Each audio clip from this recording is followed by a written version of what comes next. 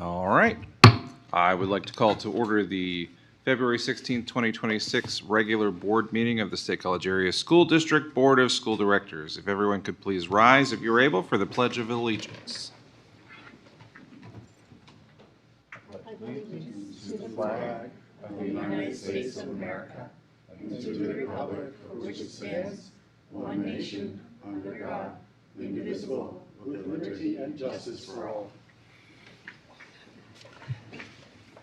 Thank you. I'd like to welcome everyone joining us this evening, both in person and remotely. The board held an executive session on February 2nd regarding legal and safety, and prior to this meeting regarding personnel.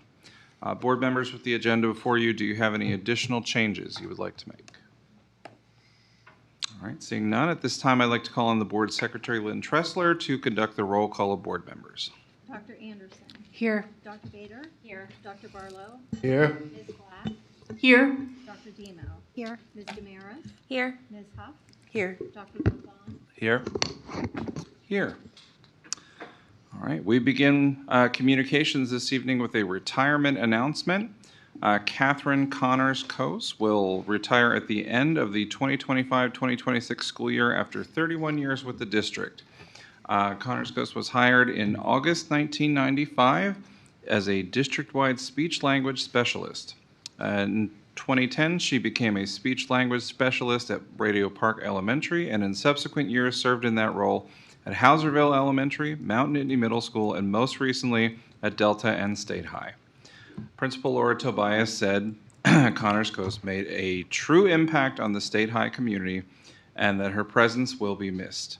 Catherine's expertise, compassion, and steady commitment to students' growth in communication have made a lasting difference in countless lives, Ms. Tobias said. The relationships Catherine built and the care she showed every day will continue to be felt long after her final day. We are deeply grateful for all she has given to our school community, and we wish her the very best in this next chapter. The board thanks Catherine for her service and wishes her all the best in retirement. I'd like to now call on Mr. Johnson to share the superintendent update. Thank you. I would like to acknowledge that January was Board Appreciation Month, a time to recognize the important role board members play in public education. This year, we intentionally waited to share our appreciation until our full board was seated, allowing us to recognize the collective leadership that guides our district. On behalf of the State College Area School District, I extend my sincere thanks to our board members for their dedication, thoughtful service, and steadfast commitment to our students, staff, and community. Their time, leadership can make a meaningful difference in the work we do every day. So thank you. Okay. Thank you, Mr. Johnson. I would like to now call on Lily Selensky, our student representative from Delta, to share this evening's student update. Student rep from State College, sorry. Oh, sorry. Yep, you're not in Delta. That's right. Thank you, Dr. Miller. State High Junior Penny Guthrie, an advanced Spanish 4 student, has been awarded the Junior Travel Abroad Scholarship through the National Spanish Examinations. Penny is one of only about 10 students nationally to receive this honor. The award provides students the opportunity to travel and study the language and culture of a Spanish-speaking country or territory. This summer, Penny will spend a week in Salamanca. Oh, Salamanca. Salamanca, Spain. Sorry. Thank you. Congratulations to Penny and her teacher, Steve Kalbach.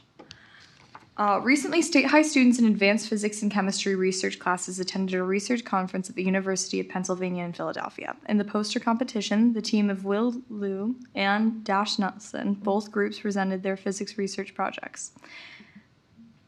Additionally, the duo of Safa Lee and Aaron Lee received first place in the communication challenge, where students were given 5 minutes to explain a recent peer-reviewed chemistry paper.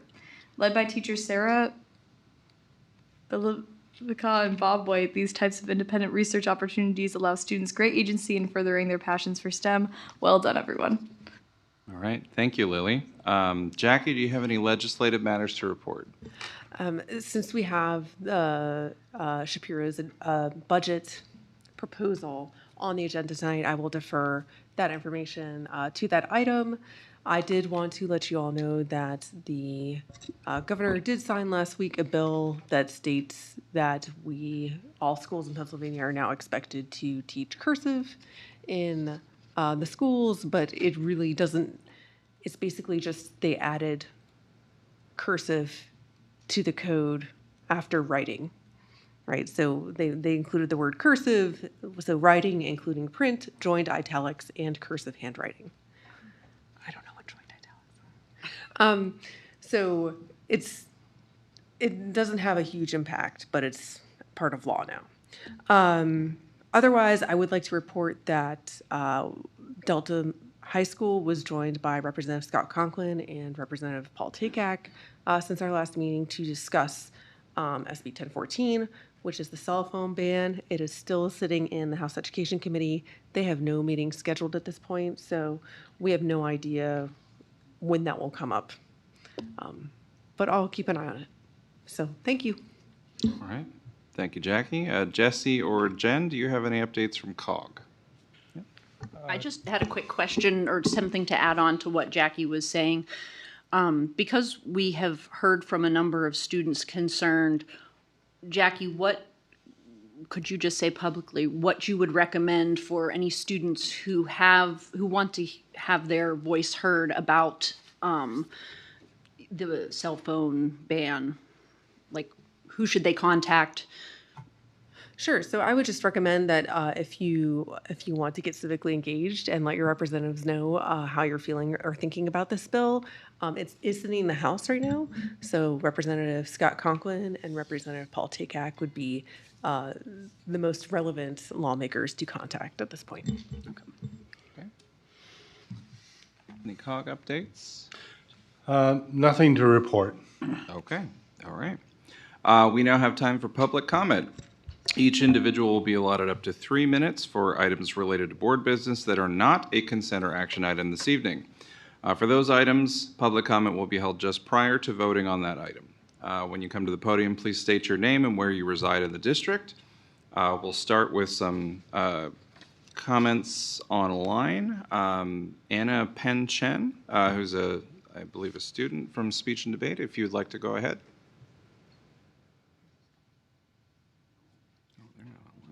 Were they signed up online? Oh, I got it. That's fine. Hello? Can you hear me? Yep. Okay. Hello, my name is Anna Chen, and I'm a freshman at State High. More importantly, I'm here to represent the Speech and Debate Club as a new member this year. When I was presented with a list of clubs and activities at the beginning of 9th grade, speech and debate wasn't necessarily my first choice or the best option for my career for a healthcare and STEM career. Despite this, I can confidently say that joining has been one of the best decisions I've made in high school. At the first meeting, if you told me that just a month later I would be performing on a stage in front of strangers as a German doctor who twirls and jumps for a solid 10-minute performance, and that I would give an inspirational commencement speech at the next competition that would win me first place, I would have left the classroom. But if speech and debate has given me the confidence to do anything, including just now admitting what I've performed, it's to speak as a leader. I stand here as the president of the Freshman Senate, a representative of the Leadership Council, an active member of the Student Council, and a proud contributor to the general student body. My experiences as a part of this club have enabled me to become an effective leader more than any other resource that State High has to offer. Beyond expressing myself and learning to embrace my discomfort, speech has allowed me to represent the diversity of our student body and to bridge the gap between our freshman class and the school administration. I've firsthand seen and experienced the benefits of this club. It has allowed me to develop on a personal level and has been one of the most important experiences in shaping me as a speechy, a student, and a classmate. It has prepared me for interviews, student confrontations, and almost weekly interactions with higher-level administrators. Without adequate funding, our amazing advisors will not be able to continue running and keeping this club alive. Current and future students at State High will not be able to experience and grow from the wonders of this club, which is incredibly disheartening to me. It is imperative that this funding issue, which is returned year after year, be addressed. Speech and debate is a privilege that all students deserve to have, and it is larger than just a growing club at our school. It is a family that our members wholeheartedly believe is worth fighting for. Please help us properly address this compensation issue for advisors and keep essential clubs like speech and debate accessible to each and every student. Thank you. Thank you, Ms. Chen. Next on the list, we have Camille McConnon. If you'd like to come up to the podium and introduce yourself.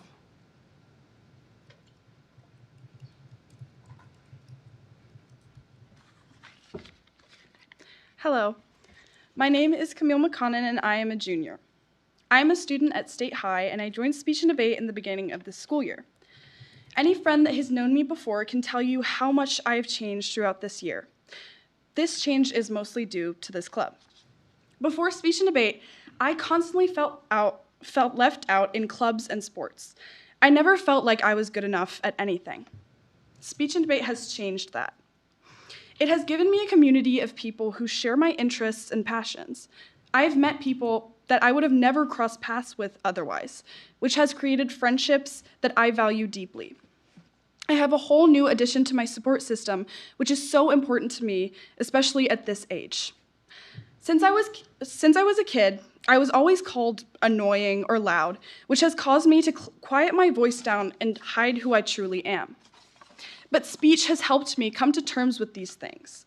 I can use my overenthusiasm to my advantage by channeling it into something that I enjoy and thrive off. I'm not too little or too much. I am just me. Speech has helped me with my confidence and insecurities, and I finally don't feel too embarrassed to talk in front of others. I am learning skills that will help me throughout my whole life. Nothing is more important than social skills in our society, and what is a better way to learn those skills than talking to a wall? All jokes aside, the self-assurance that comes along with speaking skills has already helped me so much, and I can't even begin to imagine what it can help me with in the future. I know that there have been so many girls out there just like me who have gone from shy and quiet to finding their voice in speech and debate. That is why this club is so important. As high schoolers, we need guidance to grow into the amazing young adults that are, like it or not, our future. This club cannot survive without advisors, and our advisors cannot stay if they do not get fair compensation. Things that seem small snowball into a whole community of teenagers not getting to live up to their potential. Thank you. Thank you, Ms. McConnell. Next on the list, we have Dorothea Stahl. If you'd like to come up to the podium. Before I start, I just want to say that I was one of Camille's preschool teachers, and gosh. I've always thought she was a gem and never over-enthusiastic. So I want that on record. Perfect. Since I happen Thank to you be for here that. At the same time. Hi, my name is Dorothea Stahl, and I'm a resident of Boalsburg and served 8 years on the school board, ending in December of 2015. I am also the current K to second grade girls lacrosse coach and have been associated with girls lacrosse, youth through high school, since the PIAA sanctioned it in 2008. My concern is with the HR report being voted on at tonight's meeting that names Jeff Kissel as the high school girls coach. I have a lot of respect for Lauren Crispell, and I know the job of hiring coaches is not easy. But Mr. Crispell is well aware of the disaster that was the 2018 season when Chris Weekland ignored the recommendation of the hiring committee and gave Jeff Kissel the head coach job in hopes that a more qualified candidate would accept the assistant coach position and do all of the practice, planning, and game coaching while Mr. Kissel received the extra duty, extra pay. I did not speak publicly in 2018 because my daughter was on the team and my husband was the other coaching candidate that interviewed for the job. It does no good to draw public attention to something that was a done deal, but I did lay out my concerns in an email that only one current board member, Ms. Bader, would have received. Based on my concerns, the district agreed to do a postseason survey of all players to help coaches improve in areas and help the athletic department make decisions about retaining coaches year to year. Jeff Kissel's contract was not renewed. Bob O'Donnell reached out to my husband to ask him to consider applying for the head coach job in 2019, and he was hired. To say Jeff Kissel was not qualified to coach the girls' team is an understatement. He did not participate in coaching trainings offered from U.S. Lacrosse. He did not travel to Harrisburg for mid-pen meetings. At a game against Lewisburg, he was yelling offensive plays, and his daughter, who was on the team, had to yell from the field that the team was currently on defense. He and Weekland did not meet deadlines for girls to receive U.S. Lacrosse all-academic accolades given to high school lacrosse players, and I had to reach out to the regional U.S. Lacrosse leadership to get an extension because Weekland and Kissel had not submitted any state high players to try out for the U.S. Lacrosse high school squad that represents our region against high school teams from all over the country. The opportunity to try out must come from the district coach or the AD. State College has a proud legacy of girls going on to excel at lacrosse at the college level. The sport means so much to the girls that commit their time to be the best. They deserve to have the best on the sideline. In 2018, when Jeff Kissel was announced as the coach, it caught all the players and their parents off guard. Some girls considered walking away from lacrosse. One player transferred to a boarding school because of his hire. Nothing I am saying here is unknown to Mr. Crispell. I see that the board is asked to approve 2 assistants, and I can only believe that these assistants are far more qualified and will be tasked with doing the work of the head coach while not being compensated as the head coach.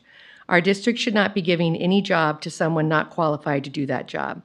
I suggest this board approve the assistants, table the head coach position, and ask for more information about how this hire came to be. Ask for the player surveys from 2018. The hire committee in 2018 told Chris Weekland after Kissel and Coach Stahl were interviewed, Thank you, Ms. Stahl. quote, "If you want a babysitter, hire Kissel. If you want a coach, hire Coach Stahl." To not speak up would make me complicit in this hiring mistake, and I won't be complicit. Thank you, Ms. Stahl. Your time Thank is you up. for my time. Thank you. All right. Do we have anyone else in person who would like to make a public comment this evening? Yeah, go ahead. Just come on up and state your name and where you reside.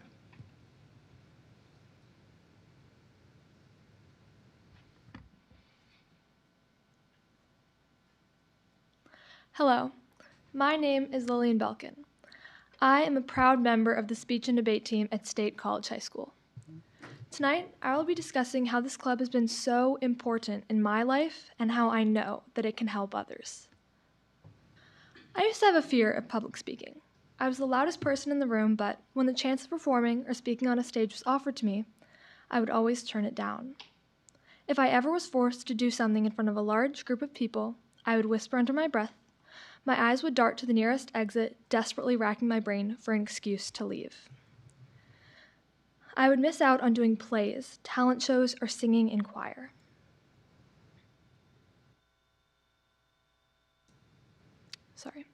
Eventually, I had to overcome this fear for my bat mitzvah, a Jewish tradition where 13-year-old girls or boys has to sing and chant and read in Hebrew to all of their friends and family for well over 2 hours. But of course, during presentations, I would still mumble or look down or stare at my flashcards. When I had the opportunity to join speech and debate, I was reluctant at first. I thought to myself, this seems like an awful idea. So much could go wrong. But I did it. I joined and I actually had fun.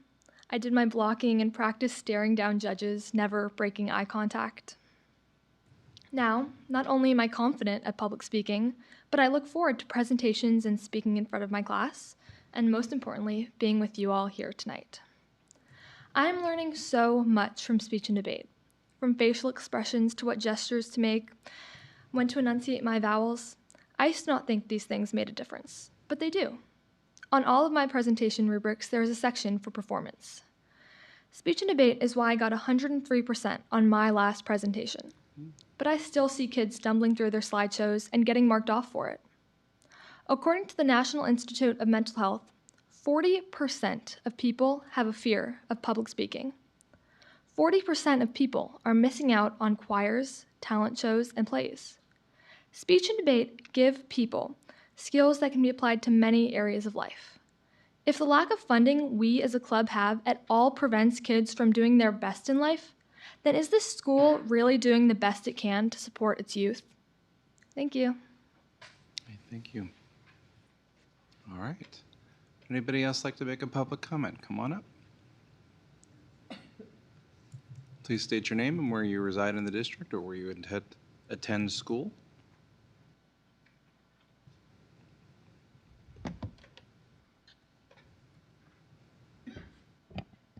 Hello, everyone. My name is Sol Lee, and I serve as the co-president of Speech and Debate at State High, and I'm also a junior. Last week, Cece Vaness, my co-president, spoke a lot about different numbers. The hours, the overnight trips, the 12-hour tournament days, and the $1,000 per advisor stipend that has not changed in nearly a decade. We have also had the wonderful opportunity to hear our club members here as well to showcase their personal experience and progress with speech and debate. But I do want to speak about what happens next.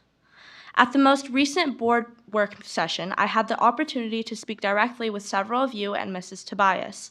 I was encouraged to hear that a plan to revise the advisor compensation structure is currently in progress. That matters, and it shows that this board is listening, so thank you. But we as students, we are here tonight because we know how that plan is structured will determine whether we are back in this room again in 5 years to face the same issue. The current system becomes outdated because it was never built to evolve. Speech and Debate now has over 60 members. We attend monthly tournaments, often overnight. We supervise dozens of students across long weekends, and yet the compensation model still reflects a club of 10 students from 10 years ago. If a new plan is created without a built-in annual review, without a mechanism to reassess workload, travel expectations, and club growth each year, we risk locking ourselves into another static system that cannot respond to change. Clubs grow, responsibilities shift, student interest fluctuates, and policy must be able to adapt with it. Speech and debate is deeply personal to me. It has shaped my confidence and my leadership and my academic growth. We have done everything within our control: fundraising, hosting a showcase, launching merchandise sales. But advisor compensation is not something students can fix on our own when it affects our members the most. We are asking not only for revision, but for sustainability, a system that is reviewed annually and adjusted when necessary so that no thriving club is penalized for its own growth. I cannot leave Speech and Debate's future presidents with more annual advisor searches, ones that take hours of effort and tens and sometimes hundreds of emails due to the stipends. We are grateful that a plan is underway. Now we ask that it be designed to last. Thank you. Thank you, Ms. Lee. Is there anyone else present this evening who'd like to make a public comment at this time? All right, is there anybody online who would like to make a public comment? All right, seeing none, that will end the public comment period. Next, we will move on to our consent agenda, which includes several items that we will address with a single motion for approval. To facilitate any questions or discussions, we'll go through each category individually. Please raise your hand if you need clarification on any items as I present each group. We'll start with consent agenda item 6. A and B is the consent approval of minutes from meetings. Any changes? All right. Next, we have consent agenda for operations. This includes some CAC for technology appointments, music program equipment purchase, human resource recommendations. Is there any? Yeah, I just wanted to say we're really happy to have Dr. Sarah Rettmeyer join the CAC for technology, and just plug that if there's anyone else interested in getting involved in the district, we have plenty of CACs that you could consider joining. All right. Excellent. Anyone else want to make a? All right. Oh, go ahead. Oh, okay. All right. Next, we have the consent agenda for instructional programs, student travel and foreign exchange. Any comments? Usually nothing for there. And finally, consent agenda for policies. These are policies that have come before us before: charter schools, promotion, retention, care of school property. Questions about those? All right. In that case, I'd like to call for a motion to approve the consent agenda items 6 through 9. May I have a motion? So moved. All right.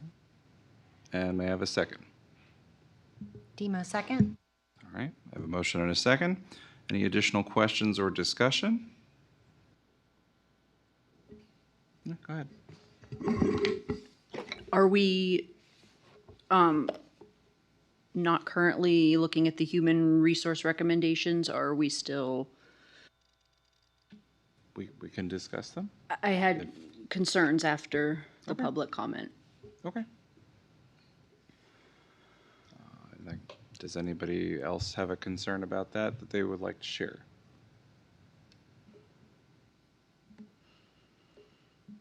Okay. All right. Any other additional questions or comments from the board? Is there any public comment at this time on the consent agenda? All right. Board members voting aye, please raise your hand. Say aye. Aye. Board members opposed, please say nay. All right, the motion carries. Next, we have our action items. Agenda item 10A is a motion to approve a 2025-2026 agreement. There is no attachment for this item. May I have a motion? Huff so moved. Anderson, second. All right, a motion and a second. Any questions or discussion?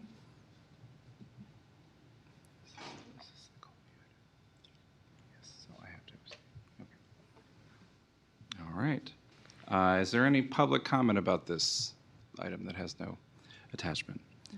No. In that case, I will be recusing myself from this vote. So board members in favor, please say aye. Aye. Aye. Any opposed? All right, that motion carries.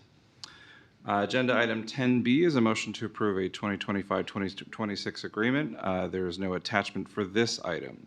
May I have a motion and a second? Huff so moved. Demo, second.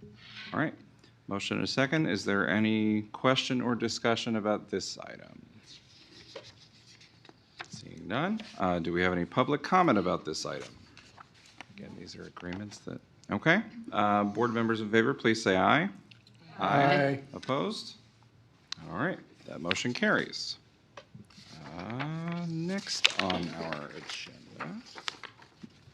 Agenda item 10C is a motion to approve revisions to the 2026 annual board appointments. This is shown in attachment 10C. May I have a motion and a second? Bader so moved. Huff second. All right, we have a motion and a second. Are there any questions or discussion about the appointments as listed? Yeah, go ahead. I don't feel like it's necessary to have 3 board members on the CAC committees. So if, maybe just take me off the finance CAC so that we only have 2 members attending, because I just feel like it's overkill when we often don't have more than 3 community members there. Okay. You make that, yeah. Just as a point of institutional knowledge, I'll impart in the little time I have left here on the board. So typically, citizen advisory committees, often when I began on the board, only had 1 board member as the official representative, and an alternate was named in case that individual was unable to attend. Over time, as some people had some interest or for a variety of reasons, sometimes 2 people were listed and an alternate wasn't clearly necessarily defined. I do want us to maybe just consider revisiting the purpose of the Citizens Advisory Committees. So that's an opportunity for, at least in the way I personally have always understood it and watched it function, is an organization where it gives an opportunity for the administration to engage with community experts in various fields to get their feedback on efforts going on in the district.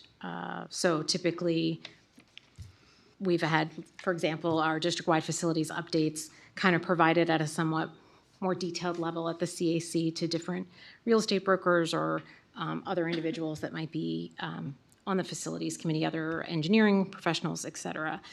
Board member participation has typically been there as kind of a conduit, as an observer, to listen, to be another ear of hearing that feedback, and sometimes to fill in procedural issues from the board side of things when we would be making decisions and things like that.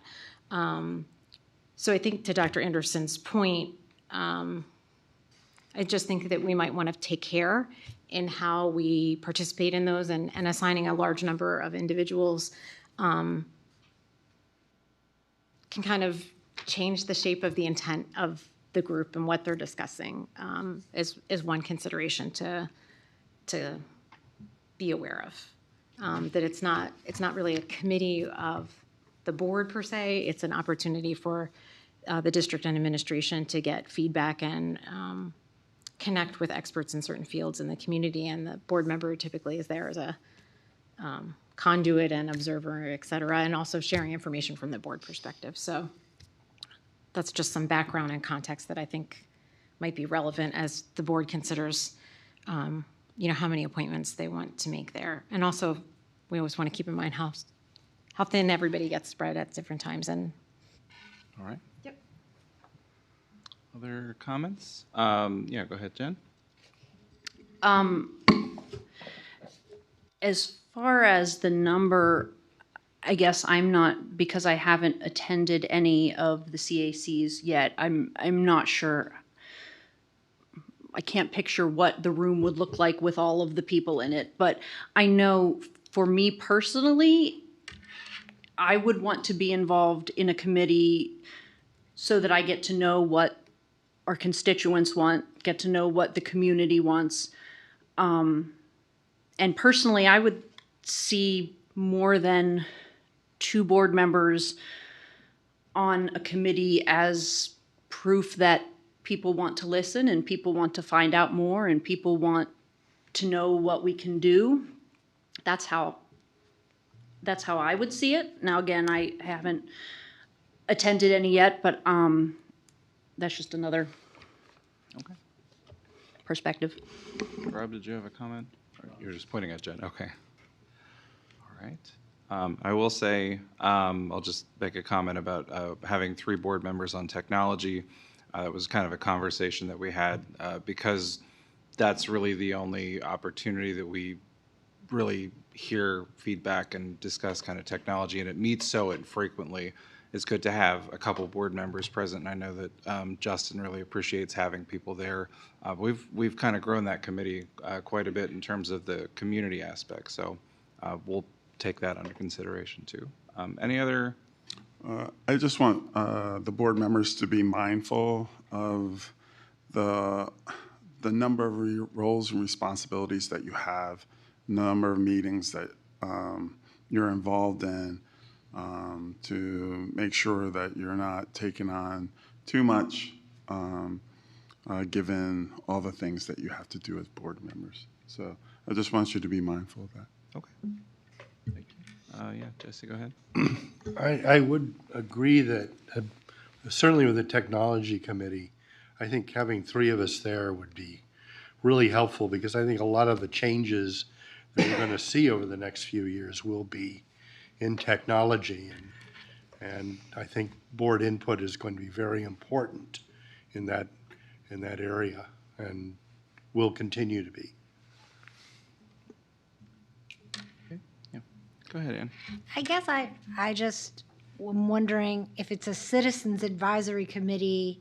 I mean, I understand wanting us to listen, but I actually I'm afraid that I want to let the citizens kind of their voices be heard. And I fear, I haven't, this is just me kind of, I didn't prepare anything off the cuff. I don't want us to take out the oxygen in the room because, we would seem potentially as experts. And so, I mean, I think if people want to come, great. I just, I want us to really sit with the fact that it's a citizens advisory committee, and that we don't co-opt the citizens' space. So, but that's not I think it's important that we talk about this. So I still respect what you're saying. I do want us to, if there's 3 of us in the room, be very mindful of the citizens. I'm sorry, I'm done. No. Yeah, I'm done. Oh, go ahead, Jackie. Ditto, Ann. I'd also just add very briefly that there's very rarely any new information presented in a CAC. I think the only exception I can think of potentially is when we have the auditors come to finance and we talk to them specifically about the audit, but then we hear the same presentation again. But when we're that's the sitting- finance committee, not the finance CAC. Oh, thank you so much, Deb. They're easily confused. But yes, so like at the CACs, we're usually hearing, as board members, we're hearing a presentation for the second time, maybe the third time. So in terms of being an informed board member, that's not the reason we go to the CAC, because it's something we've already learned about. It's really to engage in that conversation with the community. And so ditto Anne about making space for the community. I really think 2 is appropriate in most situations, and because then if one person can't go, there's still someone there from the board representing and listening to what the community has to say. Okay. Okay. Other comments? Okay, so I think I heard the suggestion that you, Deb, might have your name taken off. I think we have to have an amendment. Is that correct? Or can we just change it as is? We just take it off. Okay. All right. So if everyone's okay. Is there any public comment about this agenda item? Yeah, go ahead. Please state your name and where you are in the district. Hi, I'm Benji Romick. I'm in Pennsylvania Furnace. Just wanted to make a note as a citizen who likes to help advise. I appreciate both parts of this conversation. I think it would probably be super beneficial to talk to the CACs and see how they feel instead of guessing. You know, you have a group of community members who are super happy to be involved. I know from working with the Technology CAC, no offense, but I don't see the board members who are there as any sort of expert in technology. And it's nice to see that there's interest in learning and maintaining kind of understanding of what's happening and staying current. Having board members there is nice, but it certainly could be different in other areas of practice with which I'm not familiar. So just something maybe to kind of keep in mind and gauge the, like, maybe don't treat all of them as the same because they could all kind of have different feelings. That's it. Thank you. Thank you, Mr. Romick. Other comments, public comment? All right, nothing online. In that case, board members in favor of adopting the appointments as listed, please say aye. Aye. Opposed? All right, that motion carries. Next is agenda item 10D, which is a motion to approve a 2026-2027 agreement with Cartwheel for mental health services. This is shown in attachment 10D. May I have a motion? Have so moved. All right. Barlow, second. We have a motion and a second. Is there any discussion about this item? Let's see if we have it on here. Make sure. Any questions about this? I'm not sure if we have Stephanie Beaver with us here today. Yeah. Okay, she's online. I was just wondering if Stephanie's on, if she could let us know if the services overview, like, is this the same number of student and faculty referrals in the contract as last year? And if you recall, and I apologize, I didn't ask this in advance, so if you don't have it, don't worry about it. What was the usage by students and faculty last year? I know you told us in leadership once, and I didn't have the numbers in front of me. So again, if you don't have it, it's fine, because I forgot to ask in advance. Deb, I'm online. Can you hear me? Thanks. Yes. Yeah. So the contract is similar to what we did last year. Really, this Cartwheel started on the student side because we had Gaggle therapy services, and we wanted to provide opportunities for our English language learners and to receive therapeutic services in their native language. And so Cartwheel gave us more access to counselors that had different language backgrounds and to make referrals for our students and our families in our that English is not their primary language. In regards to staff, I don't have those numbers, but I do know Michelle Simpson is online as well. I do feel just in conversation and collaboration with human resources, they seem very, they like the platform. This is kind of twofold. So the student, they go hand in hand. So we have to have the student side in order to have the employee side. So that's why we partner with HR on that. So I can't share about the staff numbers, but I do think that that side is going well. So Michelle, if you're on, I don't know if you want to share any feedback for Deb in regards to how HR is utilizing Cartwheel. Sure, I'd be happy to. Can you hear me? Yes. Yep.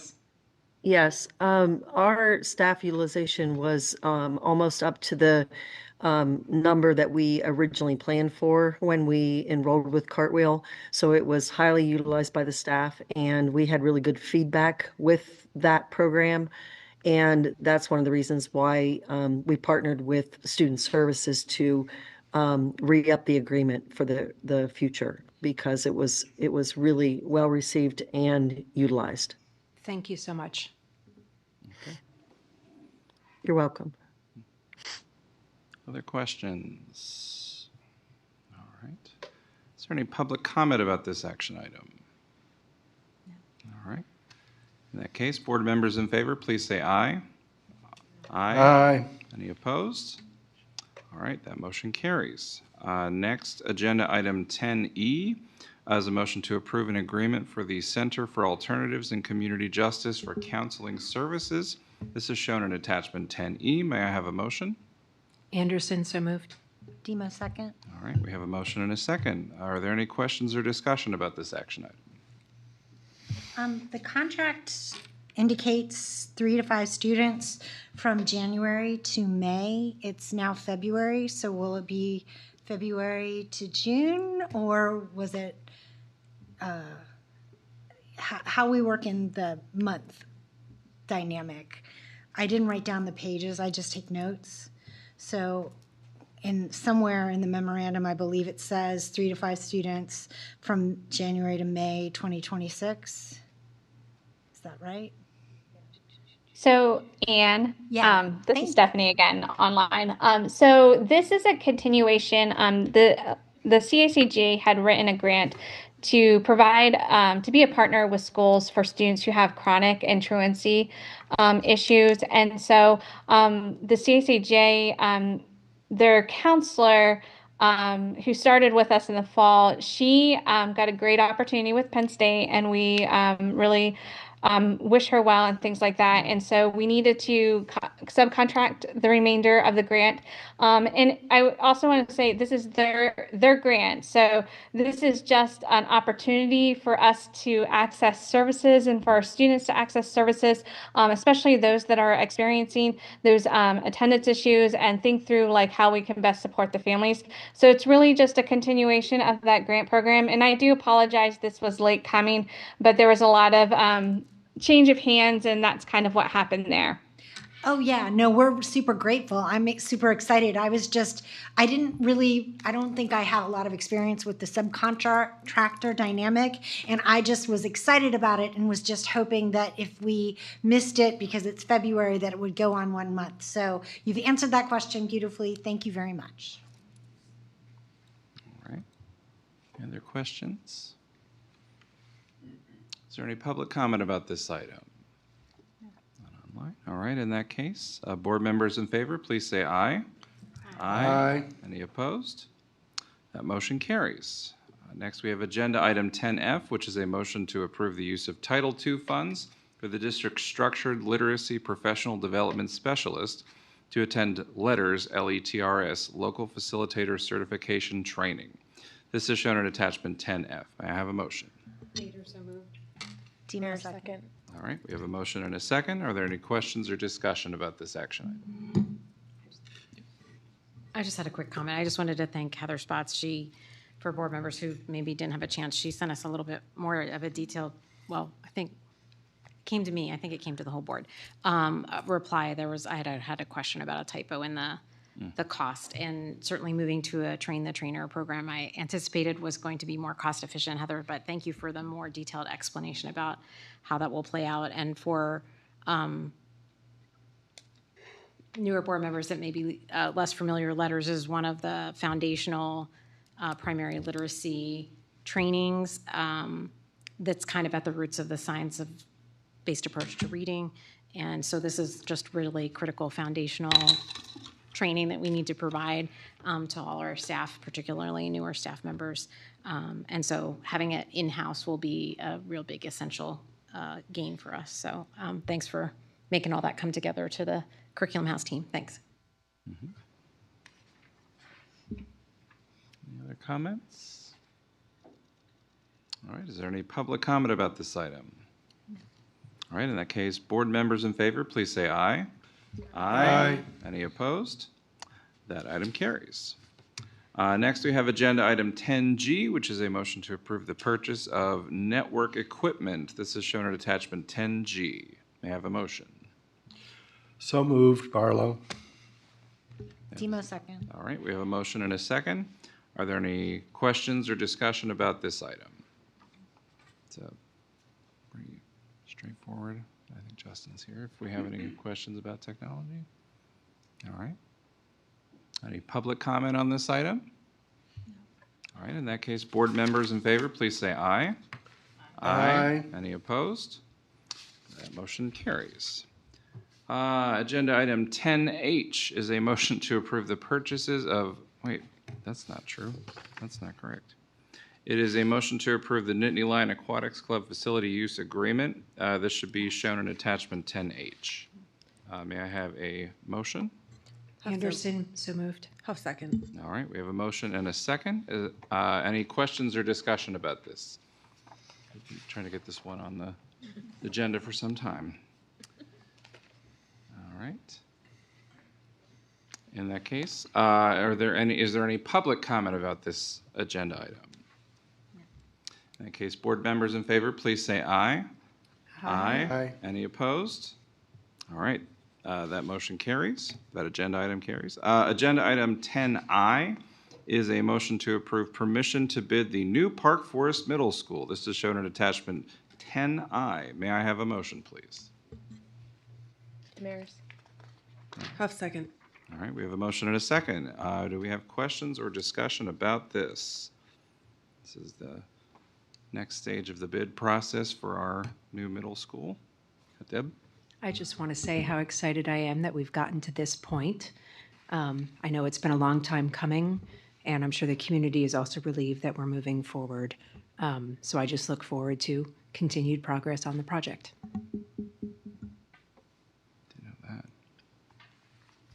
Any other comments or questions? All right, in that case, is there any public comment about this item? All right, board members in favor, please say aye. Aye. Aye. Any opposed? That motion carries. And our last action item, agenda item 10J, is a motion to approve a reimbursement resolution for the Park Forest Middle School project. This is shown in attachment 10J. May I have a motion? Anderson, so moved. Huff second. All right, I have a motion and a second. Are there any questions or discussion about this action item? All right. Deb? It says this in the attachment, but for the benefit of the public who may not have had time to read the attachment, I just want to reiterate that this does not commit us to the borrowing of funds for the Park Forest Middle School project, although editorially I would say that's a very likely outcome. This just means that should we borrow funds, we can kind of reimburse ourselves back to the general fund for any expenses that we pay towards this project between now and when we would secure that funding. So it's kind of a thing required by the tax code in order to make sure we have all of our ducks in the row for the budget, but we're not committing to any funding mechanism at this point. Thanks. Thanks, Deb. Any other comments or discussion about this item? All right, is there any public comment about this item? In that case, board members in favor, please say aye. Aye. Aye. Any opposed? And that motion carries. That brings us to the end of our action items. We move on to the information reports. We will begin with Mr. Brown, Mr. Fisher, and Dr. Bucher are going to be joined by Mr. Straub of Crabtree Rohrbaugh Associates to present the Act 34 booklet for the new Park Forest Middle School. Welcome, gentlemen.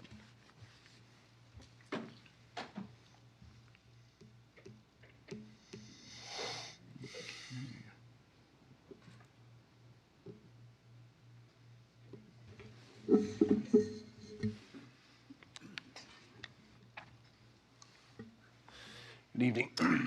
So what we're doing here this evening is just presenting the booklets, just to vote on the booklet, but we want to get it out in front of you so the time to digest, take a look at it, and then we'll kind of go through it at the vote next meeting. We do want to note that's in the schedule that typically after we would have a hearing after it's voted on and approved, a hearing will be scheduled. Typically, there'd be a 30-day comment period. However, since we're not actually going after PlanCon, we are opting to shorten that window from March 23rd until April 6th. So I just want to point that out. It's a little bit different than a normal process. So, thank you. Jeff? Jump into this? Okay. I'm going to paraphrase and go through. We're not, there's Can I roughly ask 30. a question? Yeah. Why is it shortened to 30 days again? I'm not clear on that. Just to allow for the process to continue to move on. We didn't feel that it was, sure, go ahead. Part of it is that 30-day period after the actual Act 34, then you submit to Department of Education. But, and I'll go through this a little bit in the booklet, there is no submission to the Department of Education for the Act 34 because it's not a reimbursable project because of the moratorium at the state level. Understood. Okay. So, but good question. We still felt that it was important to, although the board has been talking, and the district has been working with community members for a very long time, we felt that this was still an important opportunity to make sure that the public had an opportunity to comment one last time. Okay. So I'm going to go through the booklet. I'm going to really, I'm going to paraphrase it a little bit. First, the introduction, and I'm going to maybe add to that small discussion. There's sort of a dilemma that school districts throughout the state have been put in is typically you would do a reimbursable project, and part of that requirement was 1973 law that you had to do an Act 34 public hearing. And that was, quite frankly, because in the 60s and 70s, there were many projects that were built throughout the state that there was very little input from the community. And so the state decided to have a required public hearing so that the community would get some involvement and input into projects. That's not what has happened with your community. You've been very involved for the last 2.5 years. Quite frankly, we've been talking about Park Forest. I can remember 10 or 12 years ago, everybody having discussions about the middle school. But this is a state requirement. So one of the dilemmas is that the state has had a moratorium on school construction funding for the last 10 to 12 years. But the legal law for the Act 34 is still in place. So the dilemma is the Department of actually has said school districts can waive an Act 34, but it's really the school district's decision. The discussion that we've had with the administration and everybody involved was it's best to go through the process, but shorten some of the window at the very end because there is nobody to submit this at the end of the process. Okay. So generally the booklet first describes that Act 34 requirement of 1973. It goes through a project need, which we've had many discussions with the community and all of you and the administration is the concerns with the existing Park Forest Middle School. It goes through the options that we looked at approximately 1.5 to 2 years ago and went through very many community meetings for either looking at additions and renovations at the existing facility or new construction, which was eventually selected. The next gives just a general overview, and these are sort of categories the Department of Education is looking for. It's a very straightforward process of what is the current site conditions, topography, can the site adequately accommodate whether it be bus, vehicular, student drop-off, pedestrian traffic, all those components. Basically, the Department of Education was looking for any hang-up or any concern and to bring that forward to discussion, which has been incorporated in the project. Talks about the educational process, and I would note this booklet is a draft, and in fact, I think we got some feedback even from some of you on just some typos and things throughout the booklet. We're still updating some of those components, so thank you for those. And then also, we're still also working with our engineering team to do some small updates to the booklet, and then the financing that we'll talk about. It's been a busy couple weeks with us getting out and ready with your approval this evening, actually to hit the street tomorrow morning for bidding for the project. It goes through a list of the existing facilities throughout the school district, what your current use is, then both site plan, floor plans for the building.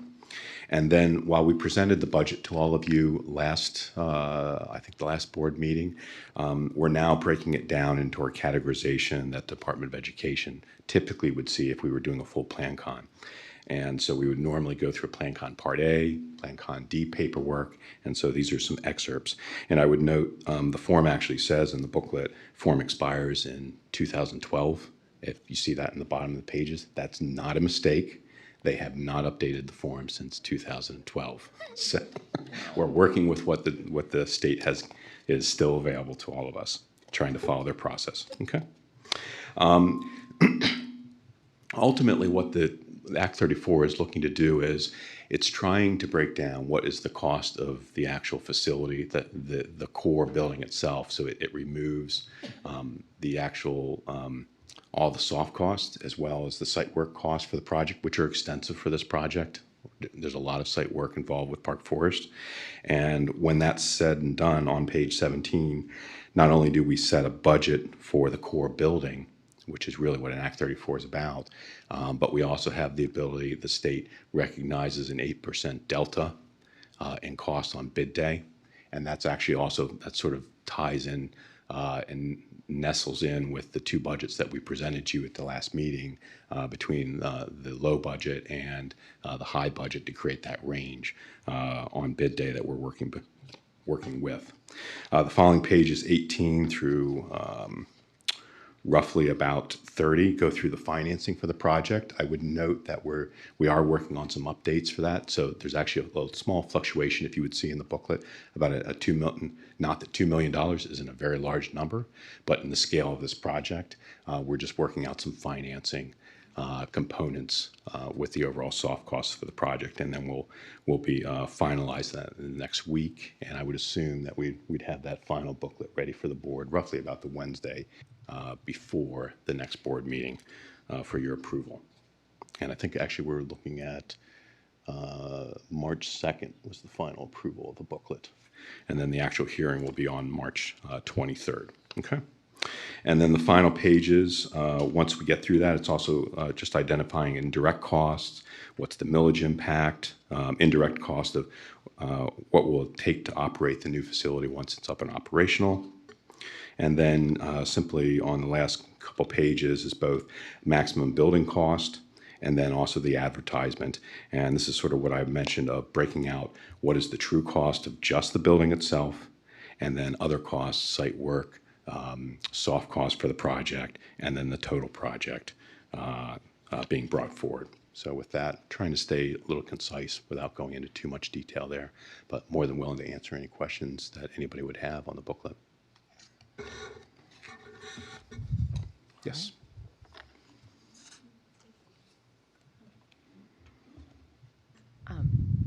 I have two questions. Yes. On page 17, the lines that say this figure on this line should not be adopted by the board, can you just explain what that means? Yeah, that was a little bit what I spoke about before.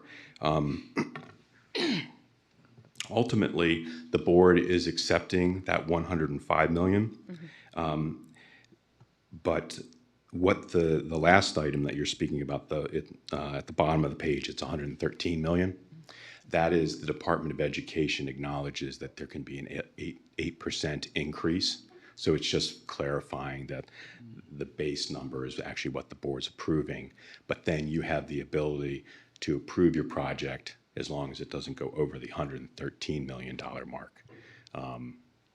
It's really just the Department of Education wanted to clarify that the wrong number doesn't get approved. That's what I thought when I looked at that. Okay. And then the second question I had was on page 10. It was just about the site size. How different is, or the building site number five, like the fifth column.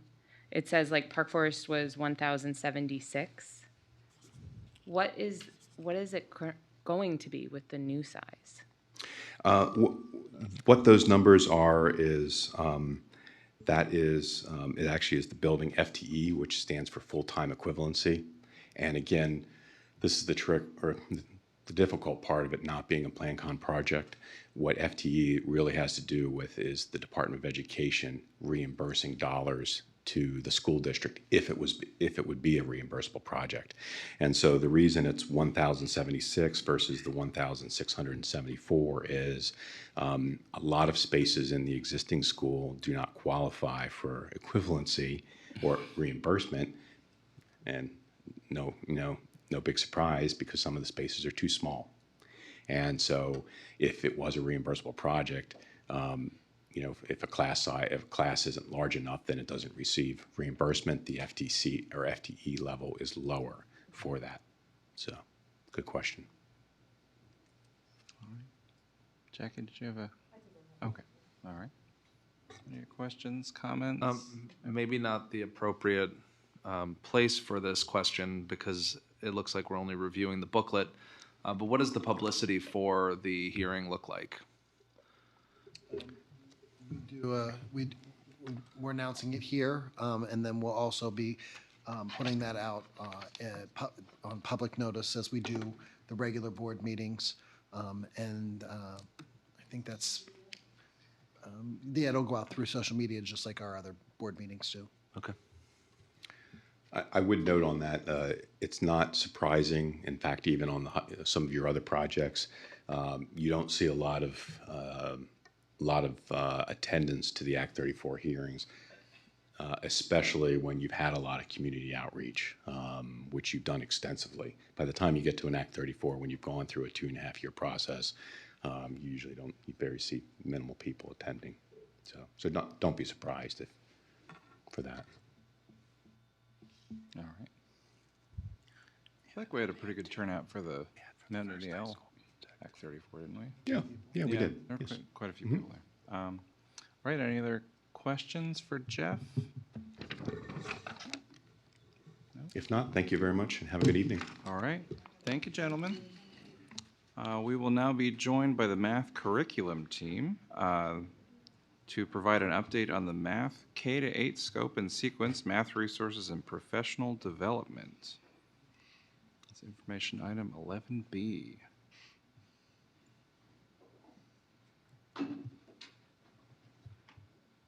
Welcome back.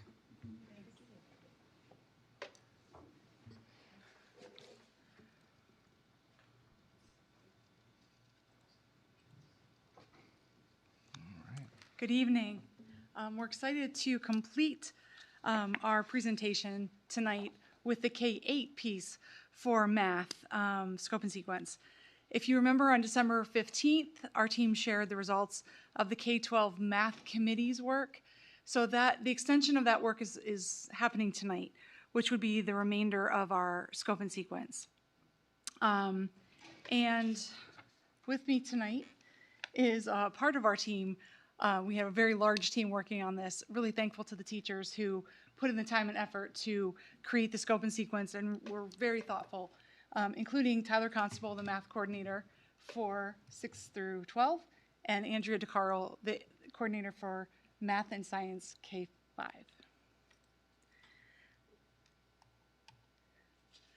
So our document that we shared with you, it's quite extensive, but I'd like to just highlight a couple of the changes so that you're aware of what they are. The math standards have not changed.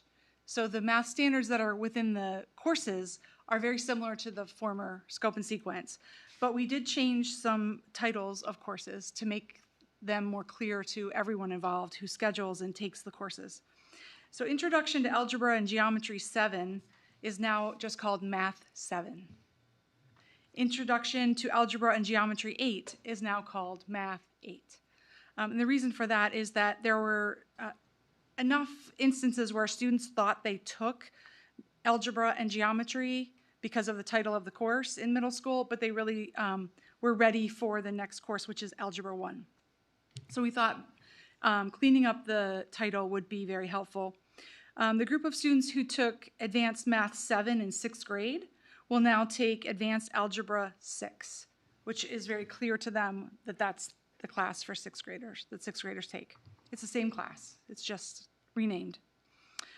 You also see that we did add Seminar 2, 3, and 4 for high school at the end of this document. There's a question for that at the last board meeting. Seminar courses are considered intervention courses, and they're typically an extension of the curriculum that's within that grade level or within that sequence. But in this case, math is a little bit different, so we decided to go ahead and add them in for you to see them in this document. The revised math the list of criteria that we use to find the resource is also important to talk about, because we can write a scope and sequence and then we look for resources that support it that might have different unit titles or a little different arrangement. So at the same time that we were finalizing our scope and sequence ideas, we looked for resources to see what matched up with our thinking. For all of the committee work, we use the same list of criteria, and it's kind of more generalized here on the slide. We looked for alignment to standards, use of academic vocabulary, teaching academic vocabulary inclusive of lots of backgrounds, and inclusive of all kinds of students and all kinds of situations and learning, teacher training, and other things. Of course, mathematical rigor was a really important thing, fluency, conceptual understanding, and application. We conducted a resource review as part of this work where each committee looked at 6 resources. And we were hoping to find one that was K-8. That is a really large grade span. We did go into it hoping that we would find such a thing. We did not. So we will be sharing tonight the reasons for the resources that we did select. So we're also bringing the resource recommendation at the same time as the scope and sequence so that we can train teachers on April 2nd for being prepared, and they have lots of time over the summer to look at the resource and have access to it. So when they hit the ground running in August, they are prepared for implementation. So unfortunately, we did not identify that one resource that would span all the grades, but we do have plans to strengthen the transition between 5th and 6th grade between the Bridges resource, which we'll share tonight, and the new Amplify platform that students will start using in 6th grade. I'll turn this over to Andrea. She's going to talk about the elementary math committee. So as Chris mentioned, we did look at 6 different programs. It involved the programs coming to us and meeting with us for about a half hour to an hour and talking to us about their program, sharing resources with us. After we had looked at all the 6, we went back and we chose 2. It was iReady and Bridges 3rd edition were the ones. And so we asked the companies to come back again and answer some more questions in detail. And again, sort of looked at the materials. And when we were finished, we are now recommending Bridges 3rd edition for you guys to approve. To tell you a little bit about the background, so we have been using Bridges 2nd edition since the 2018-2019 school year. We had to choose something that was green on EdReport. EdReport ranks different programs, gives them a green, a yellow, or a red rating. Bridges edition, 2nd edition, and 3rd edition have both been green and do very well on EdReport. And so that was something we were happy to see. The other thing is in the fall of 2024, we approached our teachers and we sent out a survey. We were curious to know how they felt about continuing with Bridges. And of the 120 teachers, classroom teachers that responded to the survey, over 70% of them asked for us to stay with Bridges. They wanted us to do that. And after the committee had reviewed the materials and heard all the stuff from all the different programs, we also agreed that with over 70%, we wanted to stay with Bridges. We were kind of excited about that for a few reasons. One, sometimes starting a new program, there's sort of an implementation dip, and the fact that our teachers are already familiar with Bridges, we're hoping that there'll be a smoother transition.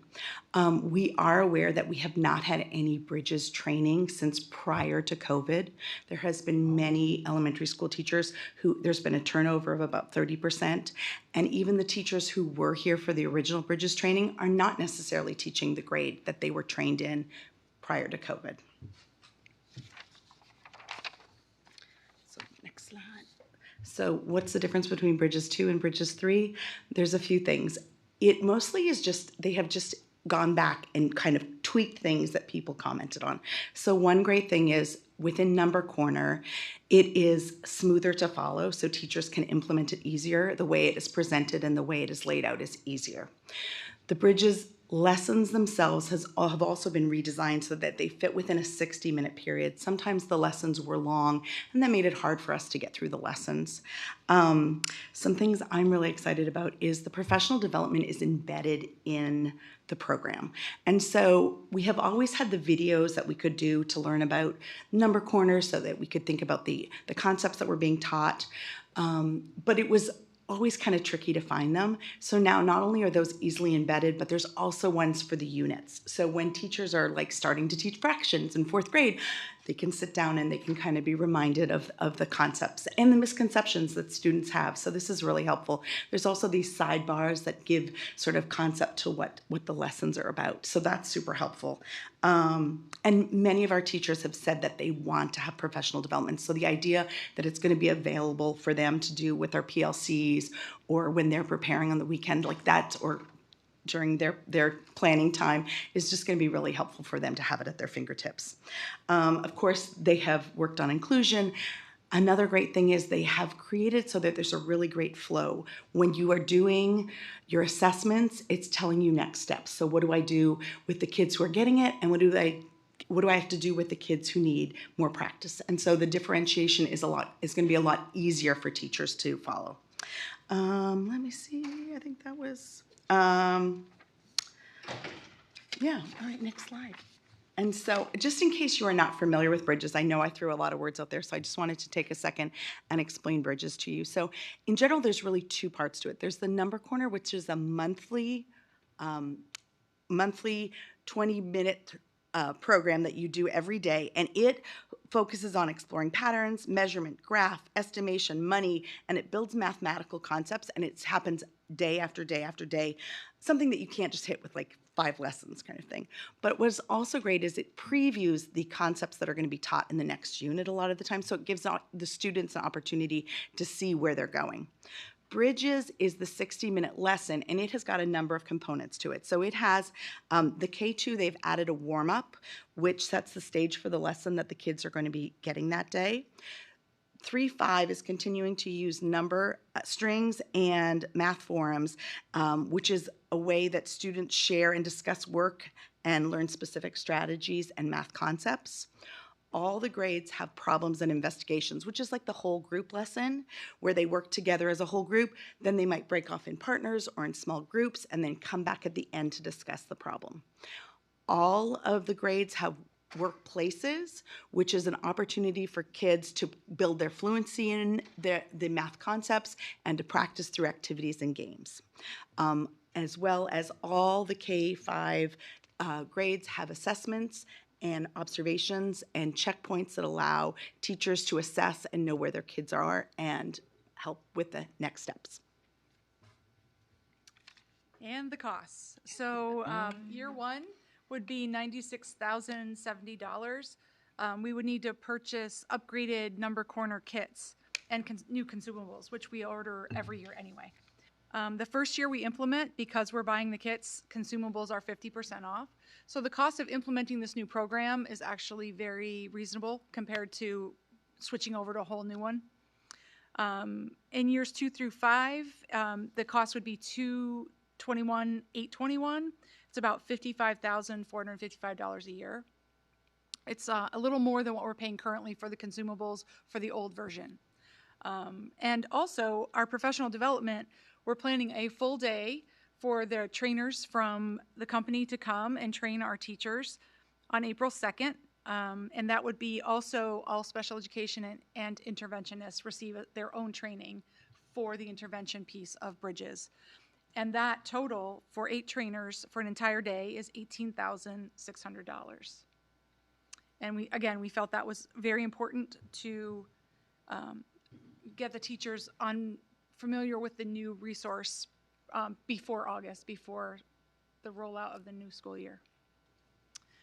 All right, that is Bridges. That is our K-5. Could I ask one quick question? Sure. I was just curious. So you mentioned 70% wanted to keep. What were the other 30% interested in?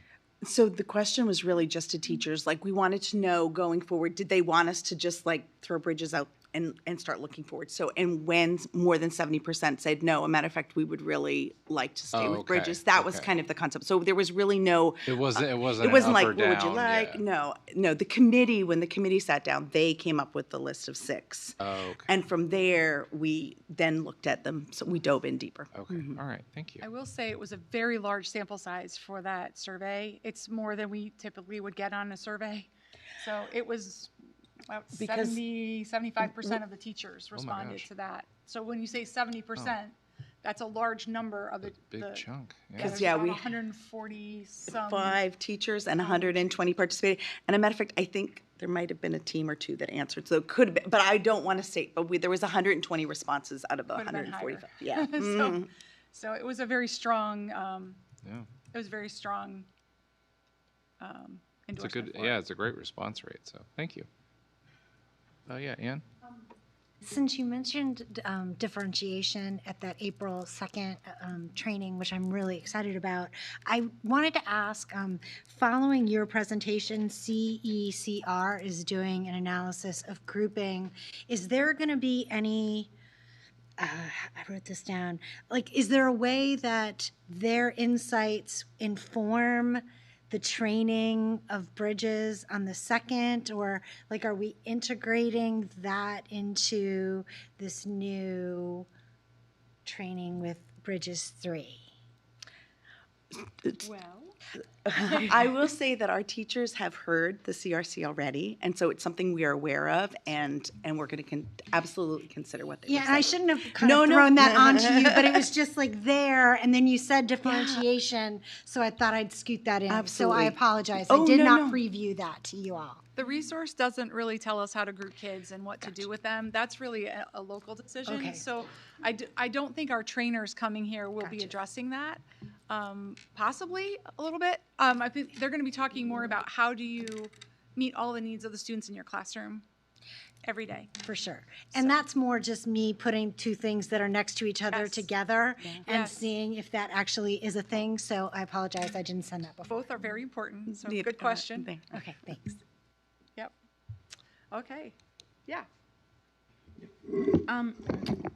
As far as teachers who aren't here this year but come in this summer, or what kinds of professional development do you have planned for them to get them up to speed? Good question. So we do a more abbreviated Bridges training with induction. So anyone who's hired this summer, they do get training. It's not the same as the company coming and giving you the whole training. They're also assigned a mentor for 2 years. So that mentor teacher should be able to help fill in those other gaps that they may not have received in a full day training. They get less than a full day training in induction. But we are looking at, do we need to bring the trainers back on a more regular basis with smaller groups? And we may need to do that, and that's doable. That's another reason why I'm excited about the embedded. There is also some information so that can get you started, and that our office can help the mentors and the teachers sort of get familiar with the curriculum. Bridges Or 3 has more videos and more things that when you need them, they're right there. You can find them, and you can find them more easily. So I think that having good training is important, and having good support when you need it in the moment you need it is also really important. And we feel like this would give us that. All right, go ahead, Amy. Thanks for all the hard work on this. I guess I'd like to kind of backtrack a little bit. Some of like what you mentioned about the history. So we've had bridges for quite a period of time. And we also know in the last couple of years, we've kind of been plugging in some holes and purchasing some other smaller resources and doing different things, whether we've had IXL, we've done Spring Math and some other tools that we've used to try to supplement what have been identified as some gaps in bridges too. And so it would be really helpful to hear, and I apologize, I did not have that chance to go back to the IU review per se, but in terms of those kind of gaps that have been identified, how is Bridges 3 dealing with those? And I particularly bring up Spring Math because we got to witness that in a classroom recently, and that was at a building that has seen some pretty substantive jumps in their outcomes as a result of using that resource.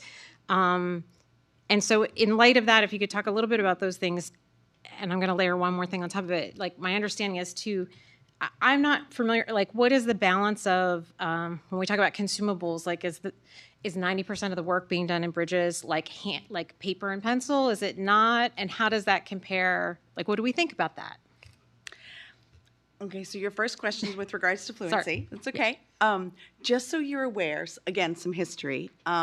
At the time that we did adopt bridges, there was a fluency component part of Number Corner, and it was removed. That was just sort of the belief at the time. So now as we are adopting this program, we will not be removing the fluency. There is a part. Yes. There was sort of a philosophy at the time that testing could cause anxiety. And so there's sort of, I think we're not going to remove it this time. We're going to let it stand as is. Oh, well, I recall like some time pressured testing stuff went away. Yes. And so, but the fluency component was taken out. And so we're going to definitely leave that in this time. There are some points within it. There's some additional assessments that are very specific about what you want students to be fluent at certain points. And so by mid kindergarten, what they should know. By mid first grade, they should know. And so I think we'll be more aware of that. And there have been conversations within the math committee, and there's a few committees that are together that are talking about it. And so we're definitely aware of the fluency aspect. And you're right, we've sort of been looking at different options that are available, and we'll continue to sort of definitely keep an eye on it. There's no program that's going to give us all the things we want. Even HMH did not. Yeah, So no, we I agree, and supplemented, I'm we are- actually trying to express support for Yes. continuing with things Yes. like Spring Math if We are- if that's what we need them. We do recognize we're going to need to supplement. Okay. Absolutely. Yeah. Also, it's hard to judge our implementation of Bridges 2 because it happened during the pandemic. There are pieces of it that fell off, and it's hard to get them back after the pandemic. So if we implement Bridges 3 fully, and we have really good training, and we support the training, and we continue to supplement, I think we're going to see a really good outcome. Yeah, I guess that's why I bring it up. I get nervous about, like when we start to, as a scientist, I know about like controlling variables, right? We only want to change so many things at a time. But I also don't want us to just presume we should like start with Bridges 3 and stop all the supplementing just because we're starting with this and hoping it's going to fix everything. Because I don't, as you said, I've learned in the 10 years I've been here that there's really never anything that we get that completes everything that we need. And so that's good to hear. That's really important to me, and that's why I wanted to bring up these questions and have that discussion, because in particular, as we've seen just recently, those big jumps in improvement in some areas of scores, we wouldn't want to give that up. And then the second part of my question was a little bit about like how much time are kids spending on computers and how much are they spending on pencil and paper. And as we've done the whole primary literacy and science of reading stuff, we're learning that some of these same kinds of mapping things in the brain apply to some of the math stuff. And so what are we doing and thinking about that part of things? Like, can you give me an estimate, like K to 2, what percentage does Bridges do? I can't give you an estimate, but I can tell you that that was something the committee was very concerned about. They wanted to make sure that kids still had manipulatives, that there was still, and we are doing some training with the. Well, with manipulatives Patton. isn't the same as paper and pencil. Oh, no, that's what I'm Or saying. at least But- to me, Oh, in my no, mind. no. I guess what I'm saying is it's not just paper and pencil. They really wanted to have manipulatives to make sure that kids were having conversations and that it wasn't just a paper pencil. So, but I can't give you percentage. I think as they go up in grades, there is more paper and pencil. In the younger grades, it's much more manipulatives and games and activities. Oh, yeah, that's age appropriate. I guess Bridges came out when my kids were finishing elementary, so I don't know how much they're doing actually online on their Chromebooks and things like that, or is predominantly is manipulatives and paper and pencil still in elementary? Predominantly, yes. We order the consumable Booklet. books. Yeah, I just wasn't sure. Yeah. There are activities, like Bridges does have, you can do workplaces online, so some of our teachers do their workplaces online. Kids are doing IXL during, but that is, again, when you're looking at it, we're talking once they get to workplaces, which is sometimes about a half hour, 20 minutes of the time, and even within that half hour or 20 minutes of time, they're not on their devices necessarily for that whole time. It could be, does that? Yeah, that's helpful. Okay. Yes. You go. Well, okay. I don't know of any program like this that's possible that you're not going to have to supplement it at some point. Where usually does this come up that you have to supplement it in programs like this? Anything specific that's common? So it depends on the resource we pick, and then if we feel that something's just not meeting our needs in any given area, then we look for what would fill in that gap. We have used IXL. IXL has continued to develop that program pretty extensively. They have a newer tool in it called the Fluency Zone, which we are just exploring and learning about. So as we implement this program, it's new, although it's familiar to us. So I think we have an advantage in kind of knowing a little more about what we've supplemented and what we need to keep supplementing as we go along. But each one is a little different. And I'll be talking about middle school in a minute. I'm sure there will be supplementation there as well. Probably. Nothing quite meets our standards. So, and that's okay. Good. That's all right. That's okay. Yes. I just have a question when you're talking about your supplements. So I have an elementary school student going through, I have a third grader right now, so we're seeing the change from K to 2 to now 3 to 5. And she's really enjoying it. I mean, she comes home with little homework every week to work on at home, and she loves to get it done and get it back in. Like, it's fantastic. And they're supplementing with some additional IXL that they have to do.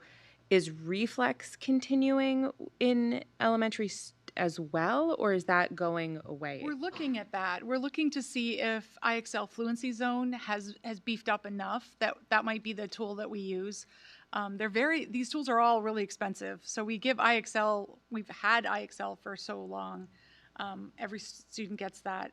And so to answer your question, that's a TBD question. Okay.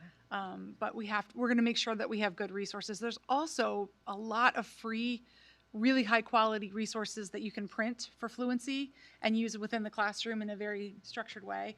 So we're looking at those as well. I've just heard a lot of concern, and I have two completely different children, and so I had an older child who reflex caused so much anxiety, and we tried to explain it's the algorithm. It starts really fast to begin with, and then it will slow down a little bit.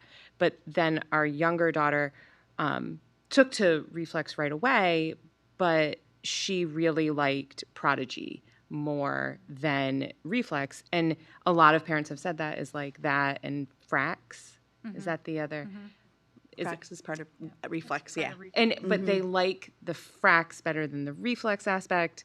But all the kids really loved Prodigy, which stopped after first grade, and But just the continuing thing we've seen in her that I've heard from talking to parents and like, especially when Reflex is first introduced, is how much anxiety it causes these kids to do it. And so I was just curious if that was something that you were continuing, because I always call IXL like a paper workbook online. Like it just reminds me of an online workbook. And so Pretty much what it is. Yeah, but Reflex, like these kids, That's what it they is, go, but nailed it. they Yes. go, Yeah. Prodigy, IXL, and then bam, here's Reflex, and they're like, what is happening? And then they just feel awful. And so that's why I was curious if that was still going to continue as a Continuing supplement. to look at those resources, like I said, and seeing what best meets our needs with this new version of Bridges and what we purchase, and trying to not make it so that teachers are also learning multiple platforms and no one's using one consistently, because then it's really hard to know what we need to supplement when you're looking at have each teacher choosing between 3 or 4 different resources. That's not great. And I have to tell you, during COVID, we supplemented at home. I bought Reflex for home. I bought Prodigy. My kids still love when they get to do Prodigy in the summer, but I bought those to have as extra supplements for the kids during school. So the fact that you're looking through and trying to find and like looking, Right. It's a lot of fun work, a lot of good work. So if it's okay, we'll turn our attention to the middle school. Let's do it. Middle school. All right. All right. So our middle school grades 6, 7, 8, we're currently using Open Up resource, which is a free online open source material based on illustrative math. And as a free resource, it didn't include necessarily a lot of the supplements that you get with a paid program. So our teachers had to do a lot of that heavy lifting and finding the resources or creating them or redoing them. And we just didn't feel like it was sufficient. It provided just enough for us. It's really good. It's a really good program. It's what a lot of programs are based on, a lot of the paid programs, including the one that we're recommending to purchase. However, the one we're recommending to purchase has all of the whistles and bangs, all of the pretty great things that teachers don't have to all create themselves. So we're excited to share that with you. We evaluated, Tyler, you're going to talk about this. I got it, yeah. All right. So our, I get so excited. Yeah, exactly. Our selection committee, we also reviewed 6 resources using the criteria that Chris mentioned earlier. Our committee ended up selecting Amplify Desmos Math as their clear first choice in that process. Amplify Desmos Math is also based on the foundation of illustrative math, includes a lot of enhancements and electronic tools for customization and differentiation that our former resource did not.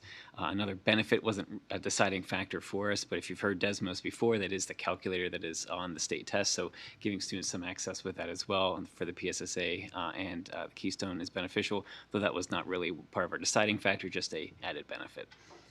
If we look at the next slide, we have some kind of key benefits I just want to review over the program. First is that it gives instructional supports and supplemental materials for every lesson. It allows us to fully customize and share between teachers, which is really helpful whenever we have PLCs. We're able to easily share edits that they make to our resources between teams of teachers. Amplify Desmos advocates a structured, problem-based learning approach, also provides lots of tools for differentiation and extension beyond the lesson. This is probably the thing I'm most excited about in this new resource. Every lesson contains a kind of a separate little module for differentiation under the headings of support, strengthen, and stretch. And so all of those each of those components really help to support our students who are maybe demonstrate that they're struggling with that concept the first time they hear it, or to strengthen students who are showing a baseline understanding of the information, and also to provide stretch activities for students who have demonstrated mastery, and we have those activities available for those students as well. If you have any familiarity with the Desmos calculator, you'll know it has a very rich visual and kind of interactive appeal to it, and so that is also carried over in the Amplify Desmos math program. It also, under this structure, gives us, our teachers, access to all of the content that Amplify puts out for grades 4 through Algebra 1. So if teachers need to reach either above or below grade level to help meet students' needs, they have access to those resources to be able to do that. A lot of the teacher-facing sort of things that student responses can be seen in real time, so teachers can be really responsive to the information they're given. Each lesson contains a lesson summary at the end, also a wrap-up activity, so that students can have a quick check for understanding to see what their students need to know, what they need to grow on, how they might need to modify things for the next day. There's also practice assignments that are included with every lesson that help boost not only conceptual understanding, but also procedural fluency. Also attends to depth of knowledge and spiral review, so keeping those skills fresh throughout the year. There's lots of progress monitoring tools and also lots of flexibility for the teacher to be able to switch back and forth between the paper-based and digital lessons and assignments. So really excited about this resource. So excited that we want to get going with the training on April 2nd. So also that same day is going to be a busy day for us. We're going to have trainers from Amplify come in to train our middle school staff for half a day on the Amplify resources. It's going to include a review of that problem-based learning approach. It'll instruct teachers how do we navigate these new fancy tools that we have to be ready for the next school year. We're hoping that by doing that in the spring, we can relieve some of that pressure that's maybe felt over the summer to try to learn a new resource platform right before the beginning of school. So by doing that in the spring, we hope to make that less of a stressful process for them. Also gives teachers experience with an Amplify Desmos lesson themselves, so they can get and see what it's like from a student perspective. And also teachers ultimately are going to learn how to effectively utilize the resources that are available to them to support all of our students. So really excited about that. Great. And the costs. I get the fun part every time. So we were looking at a 5-year contract, just similar to Bridges, and it would include digital access and teacher manuals at $191,722. This will be used in all classes grades 6 through 8, except the advanced algebra class. One of the things this resource did is it includes accelerated content. So it helped us with some of our accelerated advanced classes to build content a lot easier, I would say, than we've ever seen it. Also, the professional development training, this would be a half day, but remember these are math content specialists who are very familiar with illustrative math. And so this 3-hour training would be $2,500 for in-person training. Is that right, though? 6 to 8 math? I mean, we must have more than 6 to 8 math teachers at the middle level with Grade 6 to 8. Oh. Grade 6 to 8, yep. Sorry. So it's about That makes more sense. $38,344 a year if you break it out per year, to give you a sense of comparison to Bridges. And it's digital access. One of the biggest desires of the teacher, though, was the ability to use hybrid approaches. So they want paper pencil, but they also want the ability to make things digital at times, but not 100% digital and not 100% paper pencil. The reason we're not buying consumables from the company is because we move things around a little bit in our scope and sequence, and we like the ability to pull them from some different units to put them together maybe in a slightly different way than the company did, because that meets our needs better. We can, yep. Yeah. Or we can put some online, some handouts, yeah. It could be a packet or just individual handouts. All right. Now go ahead, Ann. I just want to thank you, looking back at the IU report and then hearing your presentation today, it is clear that you synthesized everything and checked those boxes off. And so particularly the attention to differentiation, I just want to honor and appreciate. So thanks. Thank you. Thank you. Yep, go ahead. With this new, with the Amplify Desmos, will it be flipped classrooms with this, or is this more because of the software and the way the instructional approach is with this, that it won't be that way? So the resource doesn't flip, the teacher flips. So the resource doesn't do that for you, any resource. So middle school, I don't believe they use a lot of flipped classroom models. So I would say that's not something that I would anticipate happening. But this program gives the teachers a lot of options for, as we just keep saying the word differentiation, but it really provides, like, I think I've never seen. Yeah. When we had the presentation, I had to contain myself because I didn't want to try to say, like, fall in love with it. I'm not a math teacher. But this was my clear favorite. And I wasn't surprised when our committee came together. It was 100% the top choice. And there are just so many quality parts to this that they really liked it. So the teachers are very excited about it as well. Yeah. Which is great. They're not, it's hard to be a teacher and get new things all the time. And but this is one I think that's a very welcome change. I agree. All right. Deb, go ahead. I guess I had maybe one question and one comment. I really appreciate the renaming of sixth graders taking 7A math to an actual sixth grade math class. Because I think, and I'm going to do what Ann did, linking to the next presentation that's coming, making that progression more easily understandable should help with equity considerations, for sure. Because otherwise, you kind of almost have to be in the know. Yeah. And so I just have a lot of appreciation for that. And then just, because I'm just so super curious, do we have teachers who might teach only advanced algebra 1 and or advanced geometry? And if so, like, are they getting different professional development during this half day? Or do they all teach, like a mix of I classes? believe they all teach a mix of Okay, classes. so it'll be relevant for all Yeah. the teachers. Perfect, thanks. Okay.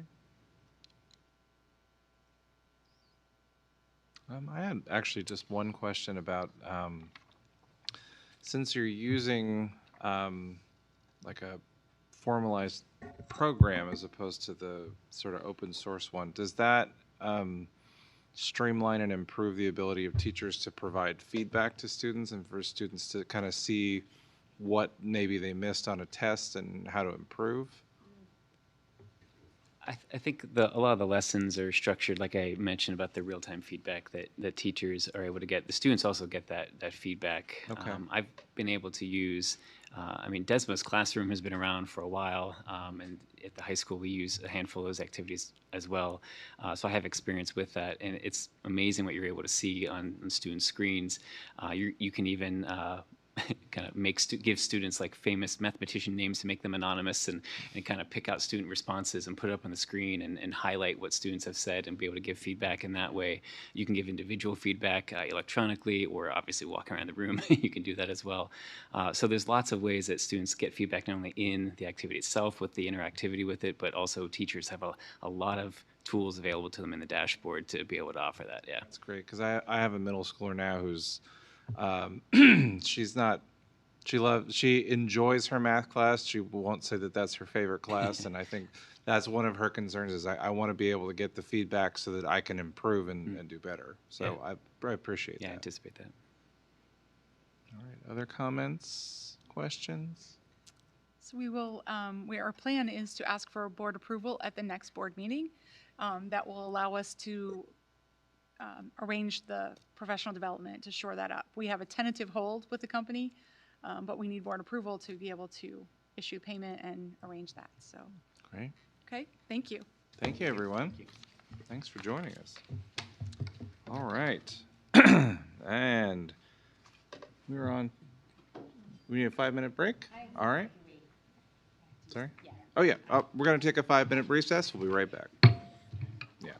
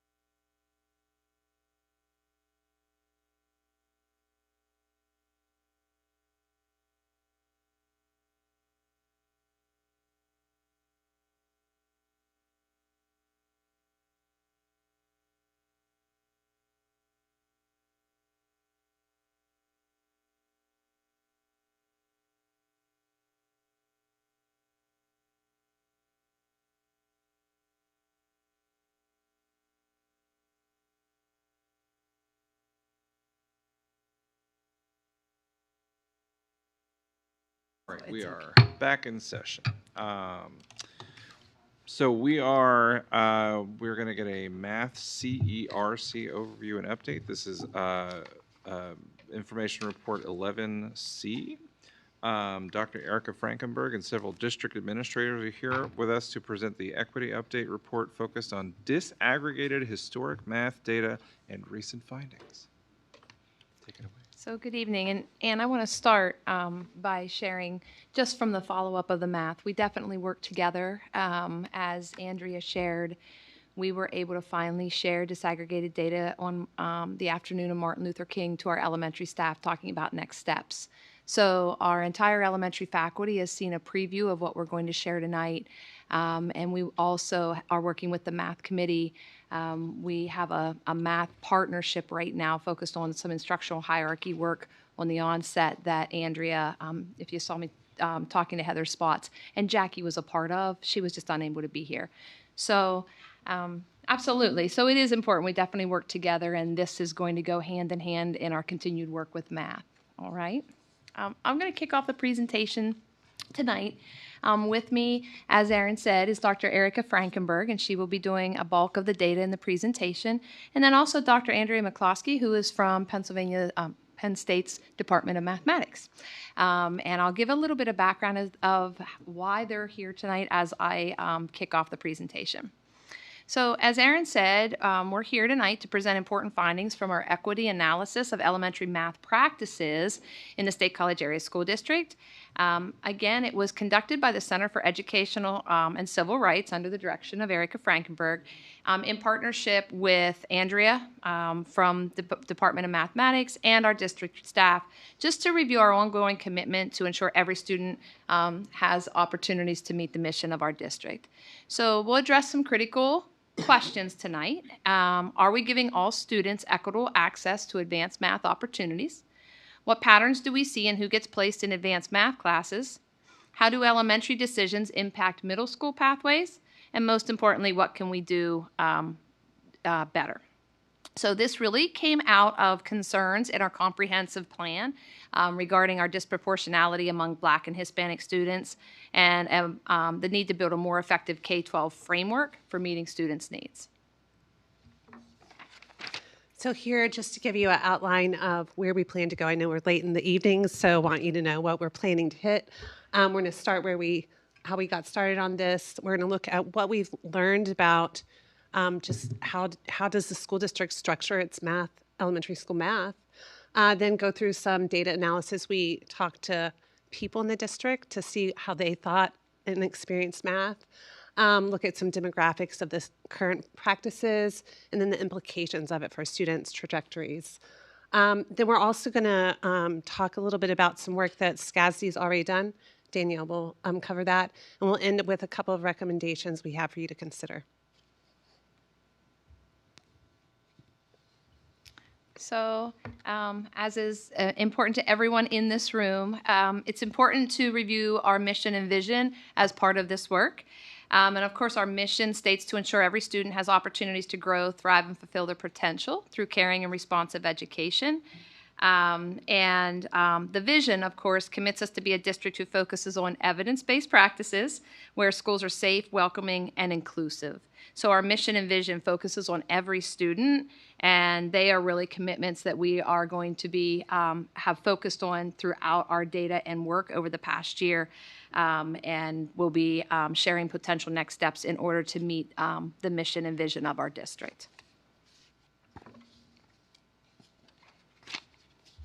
When we focused 3 years ago, sat down with CJ and 2 years ago and a large group, one of the things we had to do with our Future Ready data was review our strengths and then also take a look at our challenges.